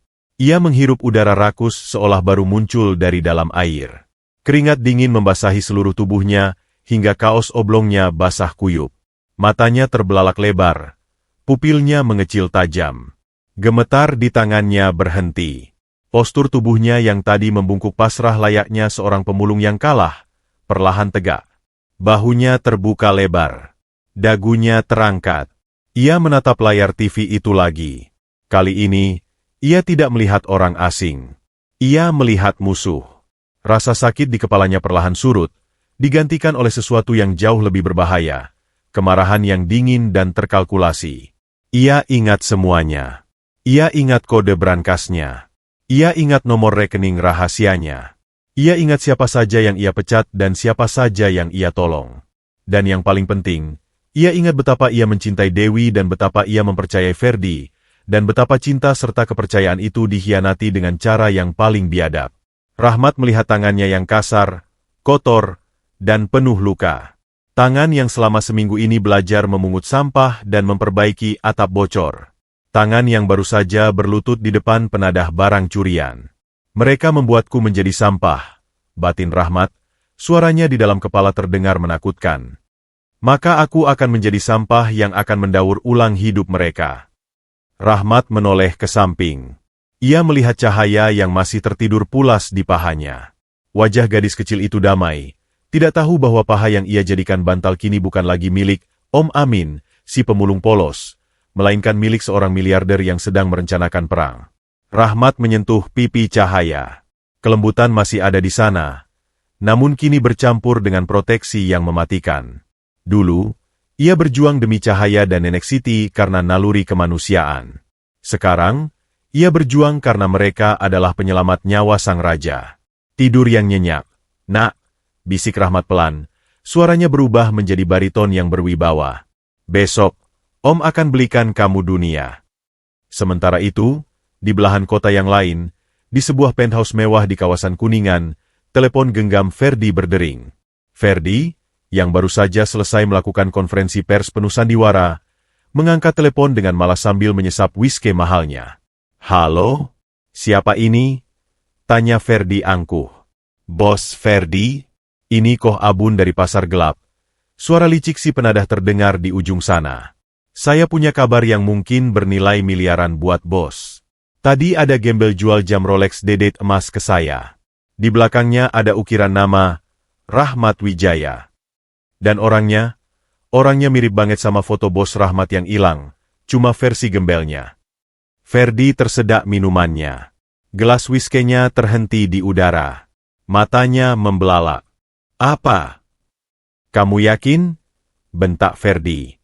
1000% yakin. Dia butuh duit buat operasi ibunya di RSUD Cengkareng. Dia masih di sana sekarang. Ferdi membanting gelasnya ke lantai hingga pecah berkeping-keping. Wajahnya memerah padam karena panik dan amarah. Rahmat masih hidup. Mayat itu berjalan. Dan lebih buruk lagi, mayat itu ada di Jakarta. Dengar baik-baik, Abun, desis Ferdi, suaranya bergetar oleh niat membunuh. Tahan dia kalau bisa. Atau ikuti dia. Saya kirim orang-orang saya sekarang. Pastikan dia tidak keluar dari rumah sakit itu dalam keadaan bernapas. Mengerti? Ferdi memutus sambungan telepon. lalu berteriak memanggil kepala keamanannya. Siapkan mobil dan bawa senjata. Kita punya masalah sampah yang harus dibersihkan malam ini juga. Kembali di rumah sakit, Rahmat merasakan bulu kuduknya berdiri. Insting bisnisnya yang tajam, insting yang selalu bisa mencium bahaya sebelum terjadi, menyala terang. Ia merasa diawasi. Ia merasa waktu telah habis. Ia menatap pintu ruang operasi. Lampu indikator baru saja padam. Pintu terbuka. Dokter keluar dengan wajah lelah namun tersenyum tipis. Operasinya berhasil. Pasien stabil, ucap dokter itu. Rahmat menghela napas lega. Satu misi selesai. Sekarang misi kedua dimulai. Bertahan hidup. Ia mengguncang bahu Cahaya pelan. Cahaya, bangun. Kita harus pergi. Sekarang. Kenapa? Om? Nenek gimana? Tanya Cahaya bingung sambil mengucek mata. Nenek sudah aman. Tapi kita tidak. Ada serigala yang mencium bau darah kita. Jawab Rahmat misterius. Ia tidak menunggu jawaban. Rahmat segera berdiri. Aura kepemimpinannya mengambil alih.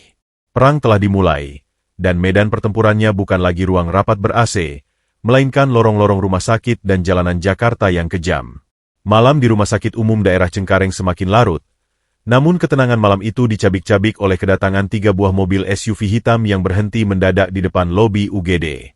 Ban mobil-mobil itu berdecit memekakan telinga, meninggalkan jejak karet hitam di aspal, seolah menandakan kedatangan malaikat pencabut nyawa.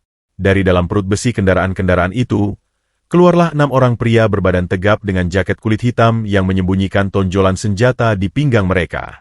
Mereka bergerak dengan presisi militer. Mata mereka menyapu area lobi seperti predator yang mencari jejak darah mangsanya. Rahmat, yang mengintip dari balik tirai jendela ruang tunggu di lantai 2, melihat kedatangan mereka. Insting purbanya, gabungan dari kecerdasan Rahmat Wijaya sang CEO dan ketangguhan Amin si pemulung, langsung menyala merah. Ferdi tidak membuang waktu. Pemburu telah tiba di gerbang. Rahmat berbalik menatap Cahaya yang masih setengah tertidur di kursi. Ia tahu ia tidak bisa membawa gadis kecil ini bersamanya ke medan perang. Itu bunuh diri. Ia harus menyembunyikannya. Dengan gerakan cepat dan senyap, Rahmat menggendong Cahaya, membawanya menyusup ke ruang linen, penyimpanan sprei, yang pintunya sedikit terbuka. Ruangan itu sempit, gelap, dan berbau deterjen yang kuat. Rahmat mendudukkan Cahaya di atas tumpukan selimut bersih.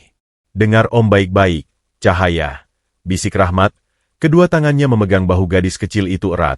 Matanya menatap tajam, menyalurkan urgensi tanpa menakuti.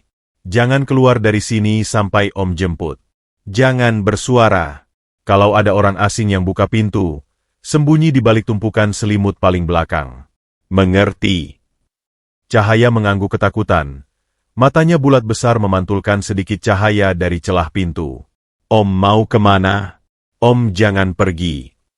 Om harus membereskan monster-monster jahat itu supaya mereka nggak ganggu nenek lagi. Om janji, Om akan kembali sebelum matahari terbit.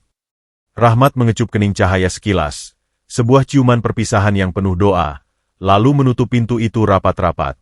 Sekarang, Rahmat sendirian. Ia bukan lagi buruan. Ia adalah pemburu. Ia menyusup masuk ke ruang ganti dokter jaga yang kosong. Di sana, tergantung sebuah jas dokter berwarna putih bersih dan kemeja formal milik salah satu residen. Rahmat menatap pantulan dirinya di cermin wastafel. Wajahnya masih brewokan, rambutnya agak panjang berantakan, dan ada luka gores di pipi. Ia tidak punya waktu untuk mencukur. Ia membasuh wajahnya dengan air dingin, menyisir rambutnya ke belakang dengan jari yang basah, lalu mengenakan kemeja dan jas dokter itu. Meskipun celananya masih celana kotor bekas pemulung, jas putih panjang itu cukup untuk menutupi kekurangannya dan memberikan otoritas visual. Ia bukan lagi gembel. Ia terlihat seperti dokter gila yang baru keluar dari ruang operasi neraka. Rahmat keluar lewat pintu tangga darurat belakang, menghindari lift yang pasti sudah dijaga anak buah Ferdi. Ia menyelinap keluar area rumah sakit, melompati pagar beton setinggi 2 meter dengan kelincahan yang mengejutkan, lalu menghilang ke dalam kegelapan malam Jakarta. Ia menyetop sebuah taksi dengan sisa uang di sakunya. Menteng. Jalan Diponegoro. Dan jangan tanya kenapa saya pakai baju dokter. Perintah Rahmat dingin kepada sopir taksi yang menatapnya curiga.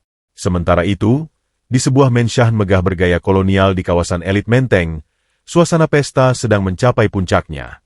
Rumah itu, rumah yang dulunya dibangun Rahmat dengan keringat darahnya, kini telah disulap menjadi istana keserakahan. Lampu-lampu kristal chandelier raksasa memandikan ruangan ballroom pribadi itu dengan cahaya keemasan yang hangat. Alunan musik jazz live mengalun lembut, bercampur dengan denting gelas kristal dan tawarnya para tamu undangan. Ini adalah pesta pertunangan Ferdi dan Dewi. Sebuah perayaan di atas kuburan. Dewi berdiri di tengah ruangan, tampak memukau dalam balutan gaun malam sutra berwarna merah marun yang memeluk lekuk tubuhnya dengan sempurna. Di lehernya, melingkar kalung berlian yang harganya bisa memberi makan satu desa di Bantar Gebang. Wajahnya berseri-seri. Pipinya merona karena champagne mahal dan pujian palsu dari para sosialita yang mengerumuninya. Ia tampak seperti ratu yang baru saja memenangkan perang, tanpa sedikit pun jejak duka untuk suami yang hilang. Di sampingnya, Ferdi tampak gagah dengan tuxedo hitam velvet. Ia memegang gelas wine, tersenyum lebar menyalami para kolega bisnis yang dulu adalah bawahan Rahmat. Ferdi merasa di puncak dunia. Rahmat sudah mati, atau sebentar lagi mati di tangan anak buahnya. Perusahaan sudah di tangan, dan istri cantik Rahmat kini menjadi trofinya. Agus, kini menjadi tangan kanan Ferdi, naik ke panggung kecil, mengetuk mikrofon.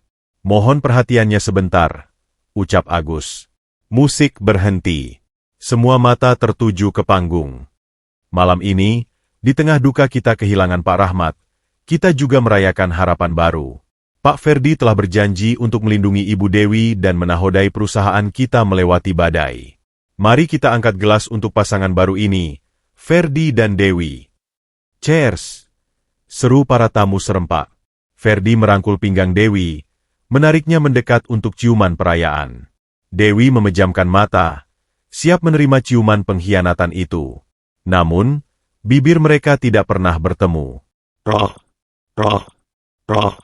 Suara tepuk tangan itu terdengar ganjil, lambat, keras, berirama, dan sangat sarkastik.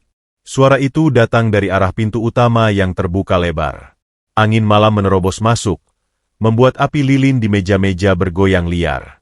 Semua kepala menoleh ke arah sumber suara. Ferdi membeku. Dewi membuka matanya. Di ambang pintu, berdiri sesosok pria. Ia mengenakan jas putih dokter yang kancingnya terbuka, memperlihatkan kaos oblong kotor di dalamnya. Celananya compang-camping dan ia bertelanjang kaki di atas lantai marmer Italia yang dingin. Penampilannya kacau, liar, dan menakutkan. Tapi wajah itu, wajah di balik brewok tebal itu, adalah wajah yang menghantui mimpi buruk Ferdi setiap malam. Rahmat Wijaya. Ia berjalan masuk perlahan. Langkah kakinya yang telanjang tidak bersuara, membuatnya bergerak seperti hantu yang melayang. Ia terus bertepuk tangan dengan tempo lambat yang menyiksa. Roh, roh, roh. Bravo! Suara Rahmat bergema di ruangan yang mendadak sunyi senyap itu. Suaranya berat, parau, dan mengandung getaran bahaya yang membuat bulu kuduk berdiri. Pidato yang sangat menyentuh. Aku hampir menangis mendengarnya. Dewi menjatuhkan gelas champagne-nya. Perang. Pecahan kristal berserakan di lantai. Cairan keemasan tumpah seperti janji yang diingkari. Wajah Dewi memucat seputih kertas. Tangannya menutup mulut. Matanya terbelalak menatap sosok suaminya yang bangkit dari kubur. Mas Rahmat? Bisik Dewi. Kakinya gemetar hebat hingga ia harus berpegangan pada meja agar tidak ambruk. Ferdi mundur selangkah. Wajahnya berubah menjadi topeng ketakutan murni. Ia melihat HP-nya, belum ada kabar dari anak buahnya di rumah sakit. Bagaimana mungkin bajingan ini ada di sini? Kenapa wajah kalian pucat? Tanya Rahmat santai, terus berjalan mendekat hingga ia berdiri di tengah-tengah kerumunan tamu yang membelah jalan untuknya seperti laut merah. Bukankah kalian sedang merayakan hidup baru? Atau kalian kaget karena mayat yang kalian buang ke laut ternyata bisa berenang? Rahmat berhenti tepat di depan meja prasmanan yang penuh dengan hidangan mewah, caviar, lobster, steak wagyu. Ia mengambil sepotong udang dengan tangan kotornya, memakannya dengan santai, lalu membuang ekornya ke lantai marmer yang bersih. Tindakan kecil itu adalah penghinaan visual yang luar biasa terhadap kemewahan mereka. Kalian makan enak di sini, lanjut Rahmat, matanya menatap tajam ke arah Ferdi dan Dewi di panggung. Sementara aku makan nasi basi dan tempe busuk di pinggir rel kereta. Tapi tahukah kalian? Rasa tempe busuk itu jauh lebih enak daripada rasa pengkhianatan kalian yang amis. Ferdi berusaha menguasai diri. Ia menyadari banyak mata memandang. Ia harus membalikkan narasi. Siapa kamu?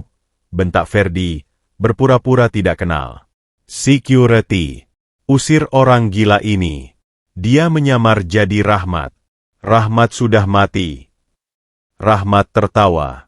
Tawa yang kering dan mengerikan. Mati. Rahmat melangkah naik ke atas panggung. Aura dominasinya begitu kuat hingga Ferdi mundur ketakutan. Nyaris tersandung kabel sound system. Rahmat mendekatkan wajahnya ke wajah Ferdi. Bau keringat, bau sampah, dan bau rumah sakit yang menguar dari tubuh Rahmat menampar hidung Ferdi yang terbiasa dengan parfum mahal. Aku memang sudah mati, Ferdi. Rahmat yang dulu, yang bodoh, yang percaya padamu, yang buta oleh cinta pada wanita ular ini, dia sudah mati di dasar laut. Bisik Rahmat, namun suaranya terdengar jelas melalui mikrofon podium yang masih menyala. Yang berdiri di depanmu sekarang adalah hantu. Dan hantu tidak bisa dibunuh dua kali. Rahmat berbalik menatap Dewi. Tatapan Rahmat kepada istrinya bukan tatapan benci, melainkan tatapan jijik yang dingin. Tatapan seseorang yang melihat sampah busuk yang tidak bisa didaur ulang. Dan kamu, Dewi, ucap Rahmat datar. Kamu terlihat cantik dengan kalung itu. Kalung yang kubelikan dari bonus proyek pertamaku. Nikmatilah selagi bisa. Karena setelah malam ini, satu-satunya kalung yang akan kamu pakai adalah papan nama narapidana. Kepanikan meledak di wajah Dewi. Mas, dengerin aku dulu. Ini salah paham. Ferdi yang maksa aku. Cukup. Rahmat mengangkat tangannya, membungkam Dewi seketika. Ia merogoh saku jas dokter curiannya, mengeluarkan sebuah amplop coklat tebal yang ia ambil dari brankas pribadinya di kantor sebelum ke sini, sebuah detur singkat yang ia lakukan dengan taksi tadi. Ia melemparkan isi amplop itu ke udara. Lembaran-lembaran foto berhamburan. Foto-foto Ferdi dan Dewi di kapal pesiar saat kejadian. Foto bukti transfer uang perusahaan ke rekening pribadi Ferdi. Foto-foto yang selama ini disimpan oleh detektif swasta yang disewa Rahmat sebelum ia kecelakaan. Bukti kecurigaannya yang terlambat ia sadari dulu. Pesta selesai. Deklarasi Rahmat dingin. Di kejauhan, sirine polisi terdengar meraung-raung mendekat ke arah Menshan. Bukan polisi yang disuap Ferdi, tapi polisi dari Mabes Polri yang dihubungi Rahmat melalui koneksi lamanya. Malam pertunangan yang seharusnya menjadi penobatan raja dan ratu baru itu, dalam sekejap berubah menjadi panggung eksekusi sosial. Dan Rahmat, sang miliarder gembel, berdiri tegak di tengah kekacauan itu sebagai hakim, juri, dan algojo. Malam yang seharusnya menjadi pesta pertunangan termewah tahun ini di Menteng, berakhir menjadi tontonan kriminal yang menyedihkan. Lampu-lampu sorot mobil patroli polisi yang berwarna biru merah kini mendominasi halaman Menshan, memantul di dinding-dinding marmer putih, menciptakan nuansa diskotik horor yang mencekam. Ferdi, sang pengkhianat yang beberapa menit lalu masih berdiri gagah di podium, kini diseret keluar dengan tangan terborgol di punggung. Teriakannya yang menuntut pengacara tenggelam di antara bunyi klik kamera wartawan dan bisik-bisik para tamu undangan yang menikmati kejatuhannya dengan rasa lapar akan skandal. Di tengah kekacauan itu, Rahmat Wijaya berdiri mematung di tengah ballroom. Ia masih mengenakan jas dokter curian yang menutupi kaos oblong kotornya. Matanya menatap Dewi yang kini duduk bersimpuh di lantai, menangis meraung-raung, bukan tangisan penyesalan, melainkan tangisan ketakutan akan kemiskinan yang membayang di depan mata. Rahmat menatap wanita yang pernah ia beri segalanya itu. Tidak ada lagi cinta, tidak ada lagi benci. Hanya ada kehampaan yang luas. Pergi, Dewi, ucap Rahmat datar. Suaranya tak perlu keras untuk terdengar menusuk. Bawa barang-barang pribadimu. Perhiasan dan aset perusahaan tetap di sini. Kamu punya waktu 1 jam sebelum aku mengganti semua kunci rumah ini. Dewi mendongak. Matanya yang luntur maskara menatap tak percaya. Mas, kamu ngusir aku? Aku istrimu. Aku ibu dari anakmu. Mantan istri, koreksi Rahmat dingin. Dan soal anak, di mana Ayu? Pertanyaan itu terjawab dengan sendirinya. Dari arah tangga melingkar yang megah, terdengar bunyi langkah kaki yang dihentakkan kesal. Sesosok gadis remaja berusia 15 tahun menuruni tangga dengan wajah cemberut. Ayu, putri tunggal Rahmat. Gadis itu adalah definisi Putri Sultan. Ia mengenakan dress pesta rancangan desainer, memegang iPhone terbaru di tangan kanan dan tas Chanel mungil di tangan kiri. Wajahnya cantik, sangat mirip Rahmat, namun ekspresinya dipenuhi oleh kebosanan dan arogansi yang diajarkan ibunya. Ia baru saja turun dari kamarnya, terganggu oleh keributan di bawah, tanpa menyadari bahwa dunianya baru saja kiamat. Saat Ayu melihat Rahmat berdiri di tengah ruangan dengan penampilan kucel dan bau, matanya tidak memancarkan kerinduan. Tidak ada pelukan hangat. Tidak ada tangisan haru. Papa pulang. Yang ada hanyalah tatapan jijik. Ayu menutup hidungnya dengan tangan yang lentik. Mundur 2 langkah seolah Rahmat adalah tumpukan sampah berjalan yang menjijikan. Iyu. Papa? Suara Ayu melengking, penuh nada protes. Papa kemana aja sih? Terus kenapa Papa bau banget? Itu baju apa? Papa kayak gembel di lampu merah. Malu-maluin banget sumpah. Temen-temenku pada lihat di Instagram tahu. Kalimat itu menghantam dada Rahmat lebih keras daripada saat ia didorong ke laut oleh Ferdi. Rasa sakitnya tak berdarah, tapi meremukan tulang rusuk. Putrinya sendiri, darah dagingnya, lebih peduli pada citra Instagram daripada fakta bahwa ayahnya masih hidup. Rahmat melangkah maju, ingin menyentuh bahu Ayu, ingin memeluknya. Ayu, ini Papa. Nak, Papa selamat. Papa rindu. Jangan sentuh, pekik Ayu, menepis tangan Rahmat kasar. Mandi dulu sana. Bau got. Aku nggak mau ketularan penyakit kulit. Hening. Seluruh ruangan menahan napas. Rahmat menatap tangannya yang ditepis. Tangan yang sama yang tadi menggendong Cahaya dengan penuh kasih. Tangan yang sama yang rela menjual harga diri demi Nenek Siti. Tangan ini ditolak oleh putrinya sendiri. Di detik itu, Rahmat sadar. Ia tidak hanya kehilangan perusahaan dan istri. Ia juga telah kehilangan anaknya. Bukan karena kematian, tapi karena salah asuh. Kemewahan yang ia berikan selama ini adalah racun yang perlahan membunuh jiwa Ayu, mengubahnya menjadi monster kecil yang tak punya empati. Wajah Rahmat mengeras. Kesedihan di matanya berganti menjadi tekad baja. Jika ia bisa memperbaiki atap bocor di gubuk Nenek Siti, maka ia juga harus bisa memperbaiki kerusakan mental putrinya ini. Dan cara memperbaikinya bukan dengan memanjakannya lagi. Ikut Papa, perintah Rahmat tegas. Hah? Kemana? Males banget, jawab Ayu ketus, kembali sibuk dengan HP-nya. Tanpa peringatan, Rahmat mencengkeram pergelangan tangan Ayu. Cengkeramannya kuat, tidak menyakitkan tapi tak terbantahkan. Ia menarik gadis remaja itu. Lepas. Sakit. Papa gila ya. Ayu meronta, berteriak-teriak histeris saat diseret paksa melewati kerumunan tamu yang menonton dengan syok. Rahmat tidak peduli. Ia terus menyeret Ayu keluar dari mensyah mewah itu, melewati mobil-mobil polisi, menuju sebuah taksi biru yang masih menunggunya di depan gerbang, karena Rahmat menyuruhnya menunggu dengan janji bayaran berlipat. Masuk, Rahmat mendorong Ayu masuk ke dalam taksi sempit yang joknya bau apek rokok. Nggak mau. Ini taksi jelek. Aku mau naik Alphard. Ayu menendang-nendang pintu. Jalan, Pak. Ke RSUD Cengkareng. Cepat, perintah Rahmat pada sopir taksi, mengabaikan amukan putrinya.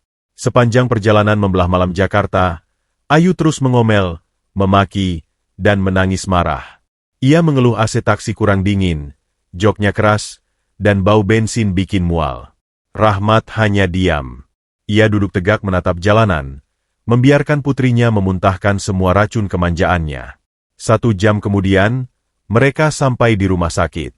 Rahmat menarik Ayu keluar, menyeretnya melewati lobi UGD, naik ke lantai 2, menuju sebuah pintu kecil di lorong sepi, ruang penyimpanan linen, spray. Kita ngapain ke gudang? Papa mau nyiksa aku ya. Aku laporin Kak Setolo, ancam Ayu. Rahmat membuka pintu itu. Di dalam ruangan sempit, gelap, dan berbau deterjen itu, di atas tumpukan kain selimut, Cahaya sedang tertidur meringkuk. Gadis kecil itu masih mengenakan baju lusuh yang sama, memeluk boneka beruang murah yang dibelikan Rahmat tadi siang. Wajahnya damai meski ada jejak air mata kering di pipinya. Ayu terdiam. Ia melihat gadis kecil itu. Ia melihat pakaiannya yang dekil. "Siapa dia?" tanya Ayu sinis, mengernyitkan hidung. "Anak pembantu baru." Rahmat berlutut di samping Cahaya, mengelus rambut gadis kecil itu hingga Cahaya terbangun. Cahaya mengucek matanya, lalu saat melihat Rahmat, wajahnya langsung cerah. "Om Amin. Om pulang," seru Cahaya girang, langsung melompat memeluk leher Rahmat erat-erat, tidak peduli Rahmat bau keringat atau bau rumah sakit. "Om nggak kenapa-napa kan? Monster jahatnya udah pergi." Rahmat membalas pelukan itu dengan kehangatan yang membuat Ayu cemburu. "Sudah, nak.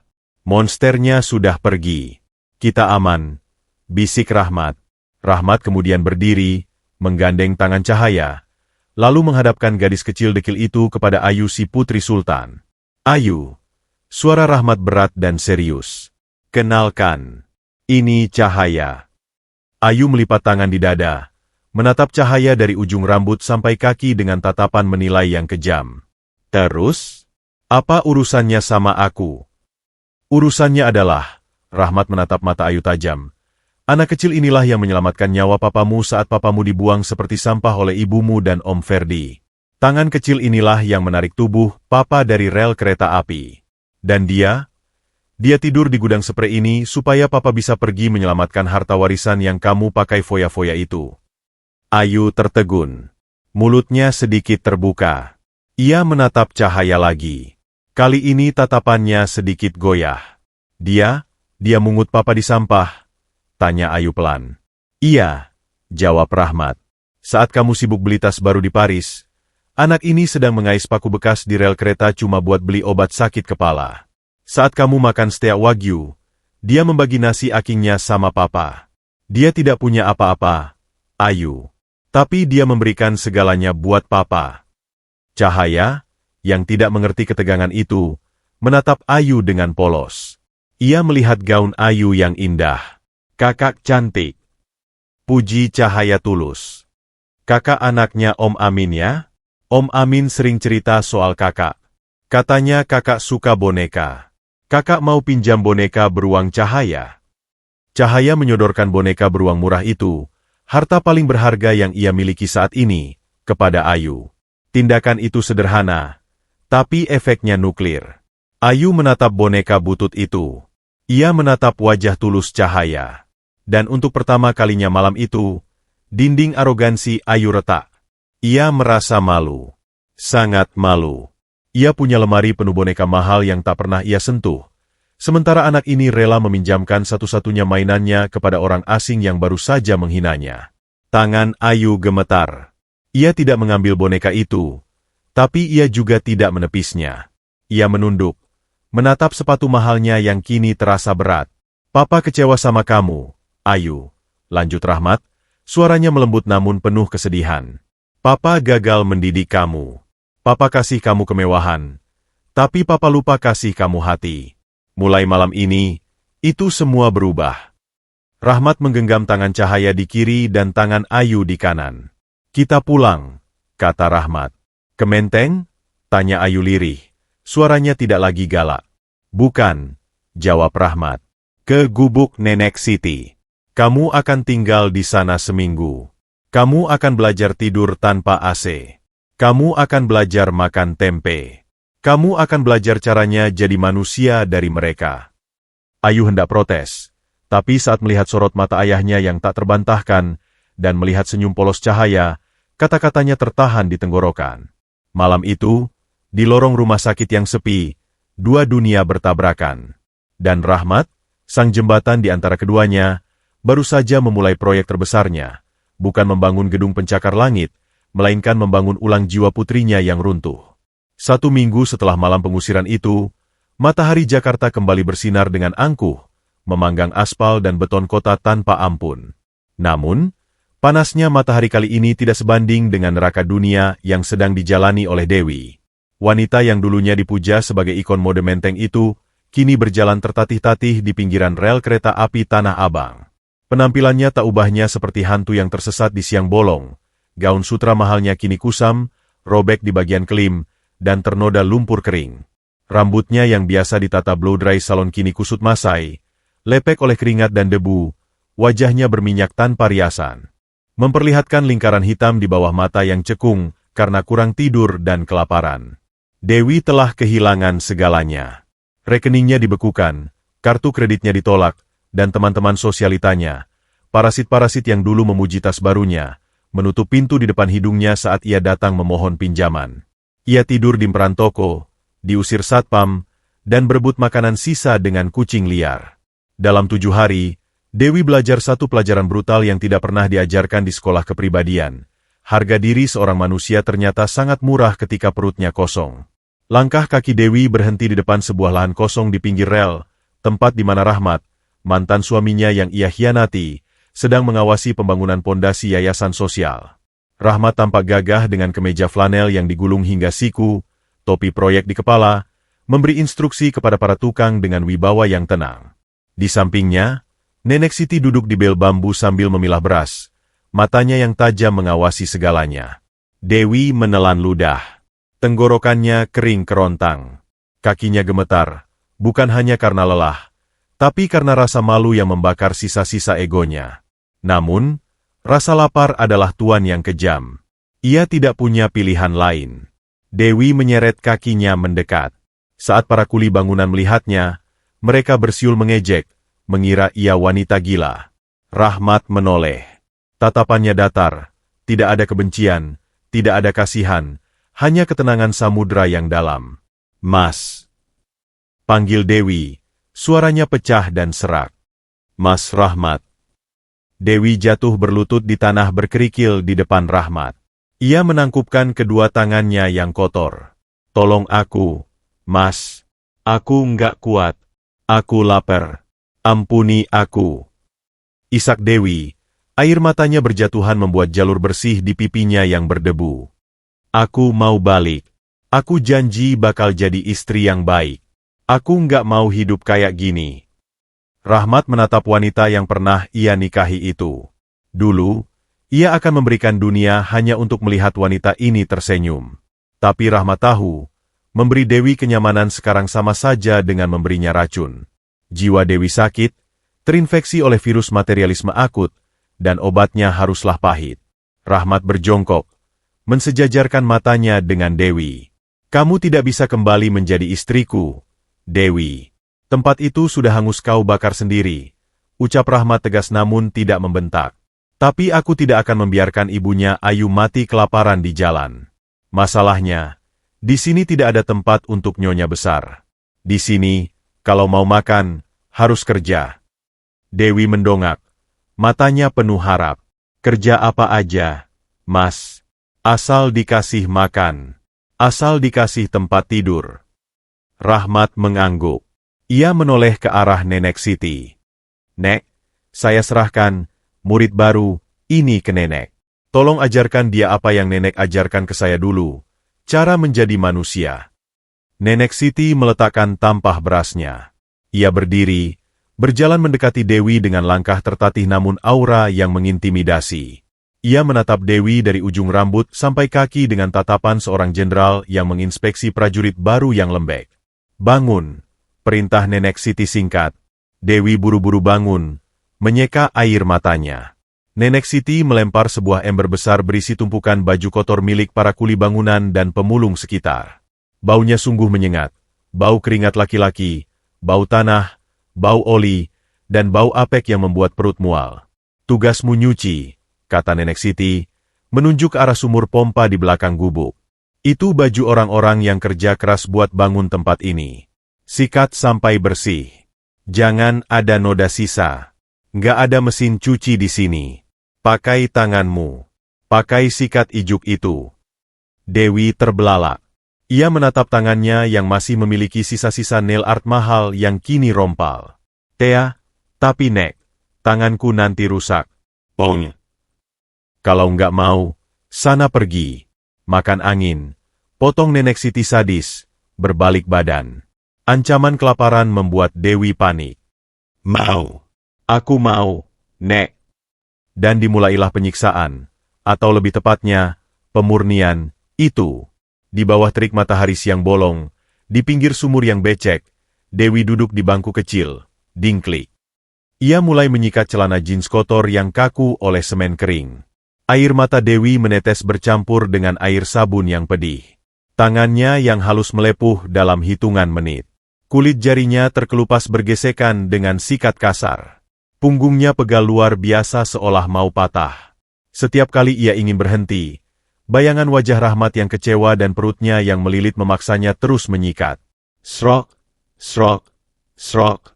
Suara sikat beradu dengan kain kasar menjadi mantra pertobatannya.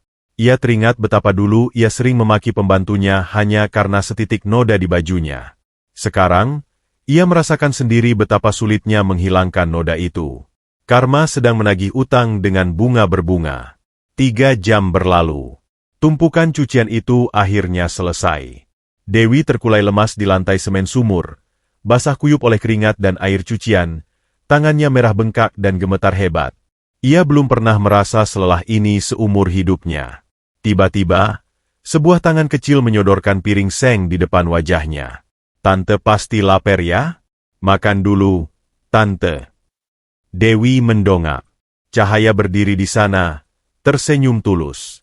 Di piring itu ada nasi putih hangat, sayur lodeh, dan sepotong ikan asin goreng. Makanan yang sama yang dulu Dewi anggap makanan sampah.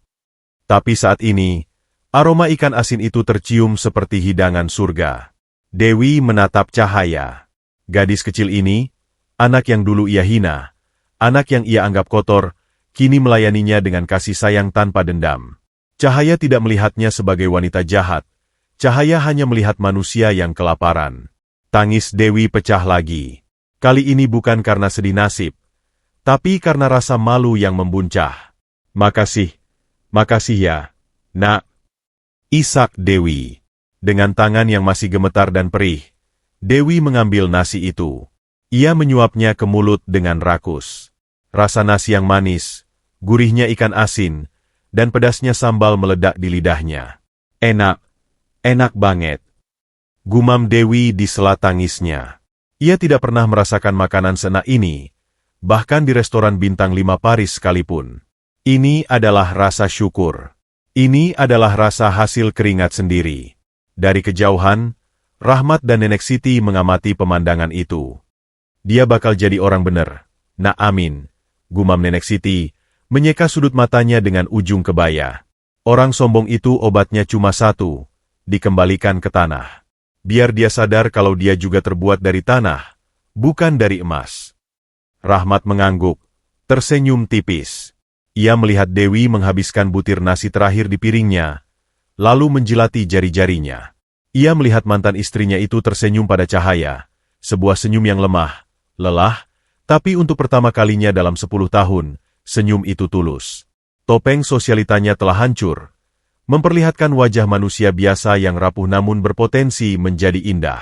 Sore itu, Ayu, yang juga sedang menjalani masa hukuman dengan membantu di dapur umum, datang membawakan segelas air untuk ibunya.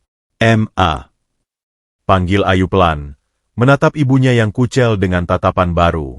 Dulu Ayu menghormati ibunya karena tas mewahnya. Sekarang, melihat ibunya berkeringat dan bekerja keras, ada rasa hormat jenis lain yang tumbuh. Rasa hormat pada perjuangan. Dewi memeluk Ayu dengan tangan basahnya yang bau sabun colek. Ia tidak peduli bajunya kotor. Maafkan Mama ya, Yu. Mama baru belajar jadi ibu yang benar sekarang. Di pinggir sumur yang sederhana itu, di bawah langit sore yang mulai jingga, sebuah keluarga yang hancur mulai direkatkan kembali. Bukan dengan uang, bukan dengan kemewahan, tapi dengan air sabun, ikan asin, dan kerendahan hati. Dewi telah jatuh ke titik terendah. Namun justru di sanalah ia menemukan pijakan yang kokoh untuk bangkit kembali. 5 tahun kemudian. Waktu adalah seniman paling sabar yang pernah ada. Di lahan yang 5 tahun lalu hanyalah hamparan tanah gersang penuh ilalang, sampah plastik, dan keputusasaan, kini telah berdiri sebuah oase kehidupan yang memukau. Matahari sore yang hangat menyapu dinding-dinding bangunan bata ekspos berwarna merah bata, memantulkan cahaya keemasan di jendela-jendela kaca yang bersih. Sebuah papan nama dari kayu jati ukir berdiri gagah di gerbang depan, bertuliskan dengan tinta emas, Yayasan Sari Pertiwi, Rumah Harapan Pemberdayaan. Di halaman rumput yang hijau terawat, kontras dengan debu jalanan rel kereta api yang masih terlihat di kejauhan, suara tawa anak-anak terdengar riuh rendah bagaikan lonceng kebahagiaan. Puluhan anak jalanan yang dulunya mengais paku dan botol bekas, kini berlarian mengejar bola dengan seragam sekolah yang rapi dan bersih. Mereka tidak lagi dikejar Satpol PP, mereka kini mengejar masa depan. Di teras bangunan utama, seorang wanita paruh baya sedang sibuk memeriksa stok karung beras yang baru saja diturunkan dari truk logistik. Wanita itu mengenakan kemeja batik sederhana yang warnanya sedikit pudar, rambutnya diikat ekor kuda praktis, dan wajahnya polos tanpa pulasan bedak tebal. Tangan wanita itu kasar, urat-uratnya menonjol, dan kulitnya tak lagi seputih susu. Namun, mata wanita itu memancarkan kekuatan yang dulu tak pernah ia miliki. Itu adalah Dewi. Mantan Ratu Sosialita Menteng itu, kini menjabat sebagai manajer operasional yayasan. Tidak ada lagi tas Hermes di lengannya. Gantinya adalah papan jalan berisi daftar inventaris dapur umum. Ia baru saja selesai mendebat supir truk yang mencoba mengirim beras kualitas rendah. Ketegasannya bukan lagi arogansi, melainkan proteksi untuk perut ratusan anak asuhnya. Saat ia menyeka keringat di dahinya dengan punggung tangan, ia tampak jauh lebih cantik daripada saat ia mengenakan berlian 10 karat. Kecantikan yang lahir dari kegunaan, bukan pameran. Di sudut lain, di bawah pohon mangga yang rindang, duduk dua orang gadis. Yang satu berusia 20 tahun, mengenakan jaket alma mater kuning Universitas Indonesia. Itu Ayu. Wajahnya yang dulu angkuh kini teduh. Ia sedang memegang buku pelajaran matematika, dengan sabar mengajari gadis remaja di sebelahnya. Gadis remaja itu adalah Cahaya. Usianya kini 13 tahun. Rambutnya hitam panjang dikepang dua, matanya cerdas berbinar-binar. Ia bukan lagi pemulung kecil dekil. Ia adalah juara umum Olimpiade Sains tingkat kecamatan, kebanggaan yayasan. Di sela-sela belajar, Cahaya sesekali meniup harmonika tuanya, benda pusaka yang tidak pernah ia ganti baru meski Rahmat sudah menawarkannya berkali-kali.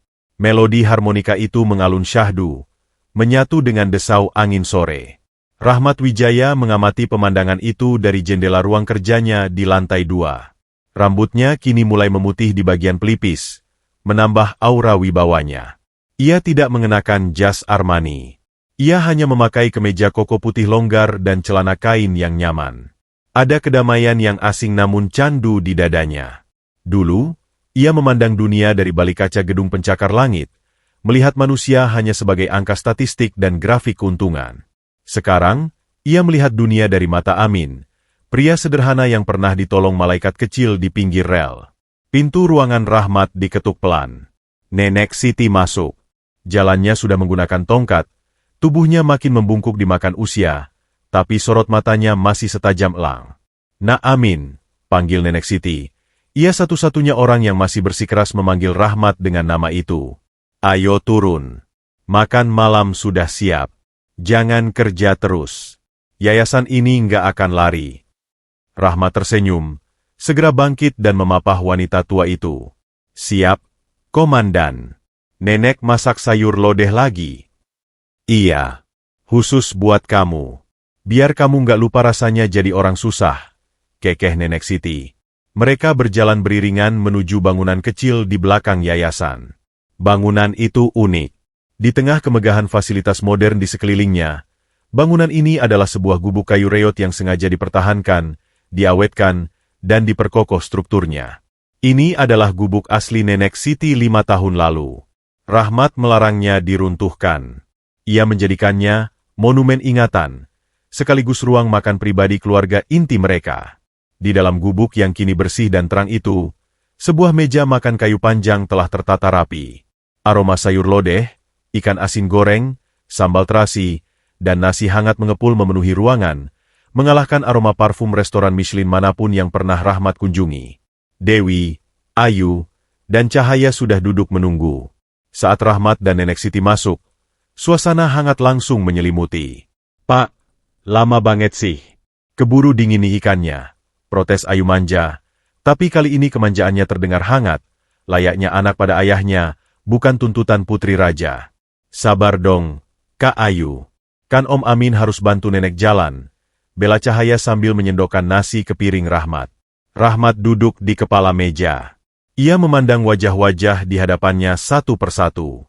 Di sebelah kanannya ada Nenek Siti, ibu angkat yang menyelamatkan nyawanya dan memberinya kompas moral. Di sebelah kirinya ada Dewi, mantan istri yang telah ia maafkan, mitra kerjanya yang tangguh, wanita yang belajar merendah untuk bisa ditinggikan kembali. Di depannya ada Ayu, putri kandungnya yang telah sembuh dari racun materialisme, kini tumbuh menjadi wanita muda yang peduli sesama. Dan di samping Ayu, ada Cahaya, putri jiwanya, anak yang memungutnya dari sampah dan memberinya alasan untuk hidup kembali. Mereka tidak memiliki hubungan darah yang linear. Mereka adalah kepingan-kepingan puzzle yang berbeda bentuk, yang dipaksa bersatu oleh tragedi, namun justru menciptakan gambar yang indah dan utuh. Sebelum makan, suara Rahmat memecah keheningan. "Papa mau bilang sesuatu." Semua mata tertuju padanya. Rahmat menatap jam tangan murah berbahan karet yang melingkar di tangannya. Jam tangan Rp10.000 yang dibelikan Cahaya dari pasar malam. Jam Rolex emasnya sudah lama hilang di pasar gelap, dan Rahmat tidak pernah berniat mencarinya lagi. 5 tahun lalu, ucap Rahmat pelan, matanya berkaca-kaca. "Di tempat ini, Papa kehilangan ingatan. Papa lupa siapa Papa, lupa berapa uang Papa, lupa segalanya. Dulu Papa pikir itu adalah musibah terbesar." Rahmat menatap Dewi yang menunduk haru, lalu beralih ke Cahaya yang tersenyum lebar. "Tapi ternyata, itu adalah cara Tuhan mencuci otak Papa yang kotor. Tuhan mengambil ingatan Papa tentang harta, supaya Papa bisa mengisi kepala ini dengan ingatan tentang cinta. Tuhan mengambil kesombongan Papa, dan menggantinya dengan kalian." Rahmat meraih tangan Nenek Siti dan tangan Cahaya. Ayu meraih tangan Dewi. Mereka saling bergenggaman membentuk lingkaran energi yang tak terputus. "Kalian adalah harta karun yang Papa temukan di tempat sampah. Dan demi Tuhan, Papa adalah orang paling kaya di dunia karena memiliki kalian."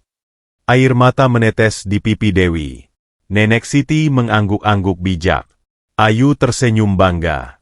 Dan Cahaya, dengan polosnya, mengangkat gelas teh manisnya tinggi-tinggi. "Untuk keluarga gado-gado kita," seru Cahaya. Semua tertawa, tawa yang lepas dan membahana, memantul di dinding-dinding gubuk tua itu.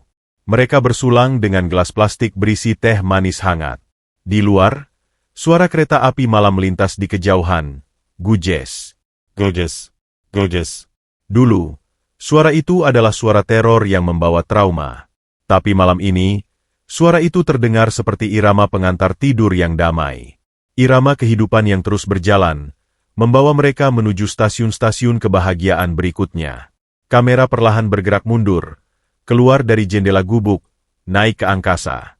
Dari ketinggian, terlihat Yayasan Sari Pertiwi bersinar terang di tengah kegelapan malam, seperti sebuah lentera raksasa yang tidak hanya menerangi tanah di sekitarnya, tapi juga menerangi hati setiap manusia yang pernah merasa terbuang dan tak berharga. Kadang, kita harus benar-benar hilang untuk bisa ditemukan. Kadang, kita harus hancur lebur untuk bisa dibangun kembali menjadi sesuatu yang lebih kokoh. Namaku Rahmat Wijaya. Dulu aku seorang miliarder yang miskin. Kini, aku hanyalah Amin, seorang hamba yang kaya raya. Tamat.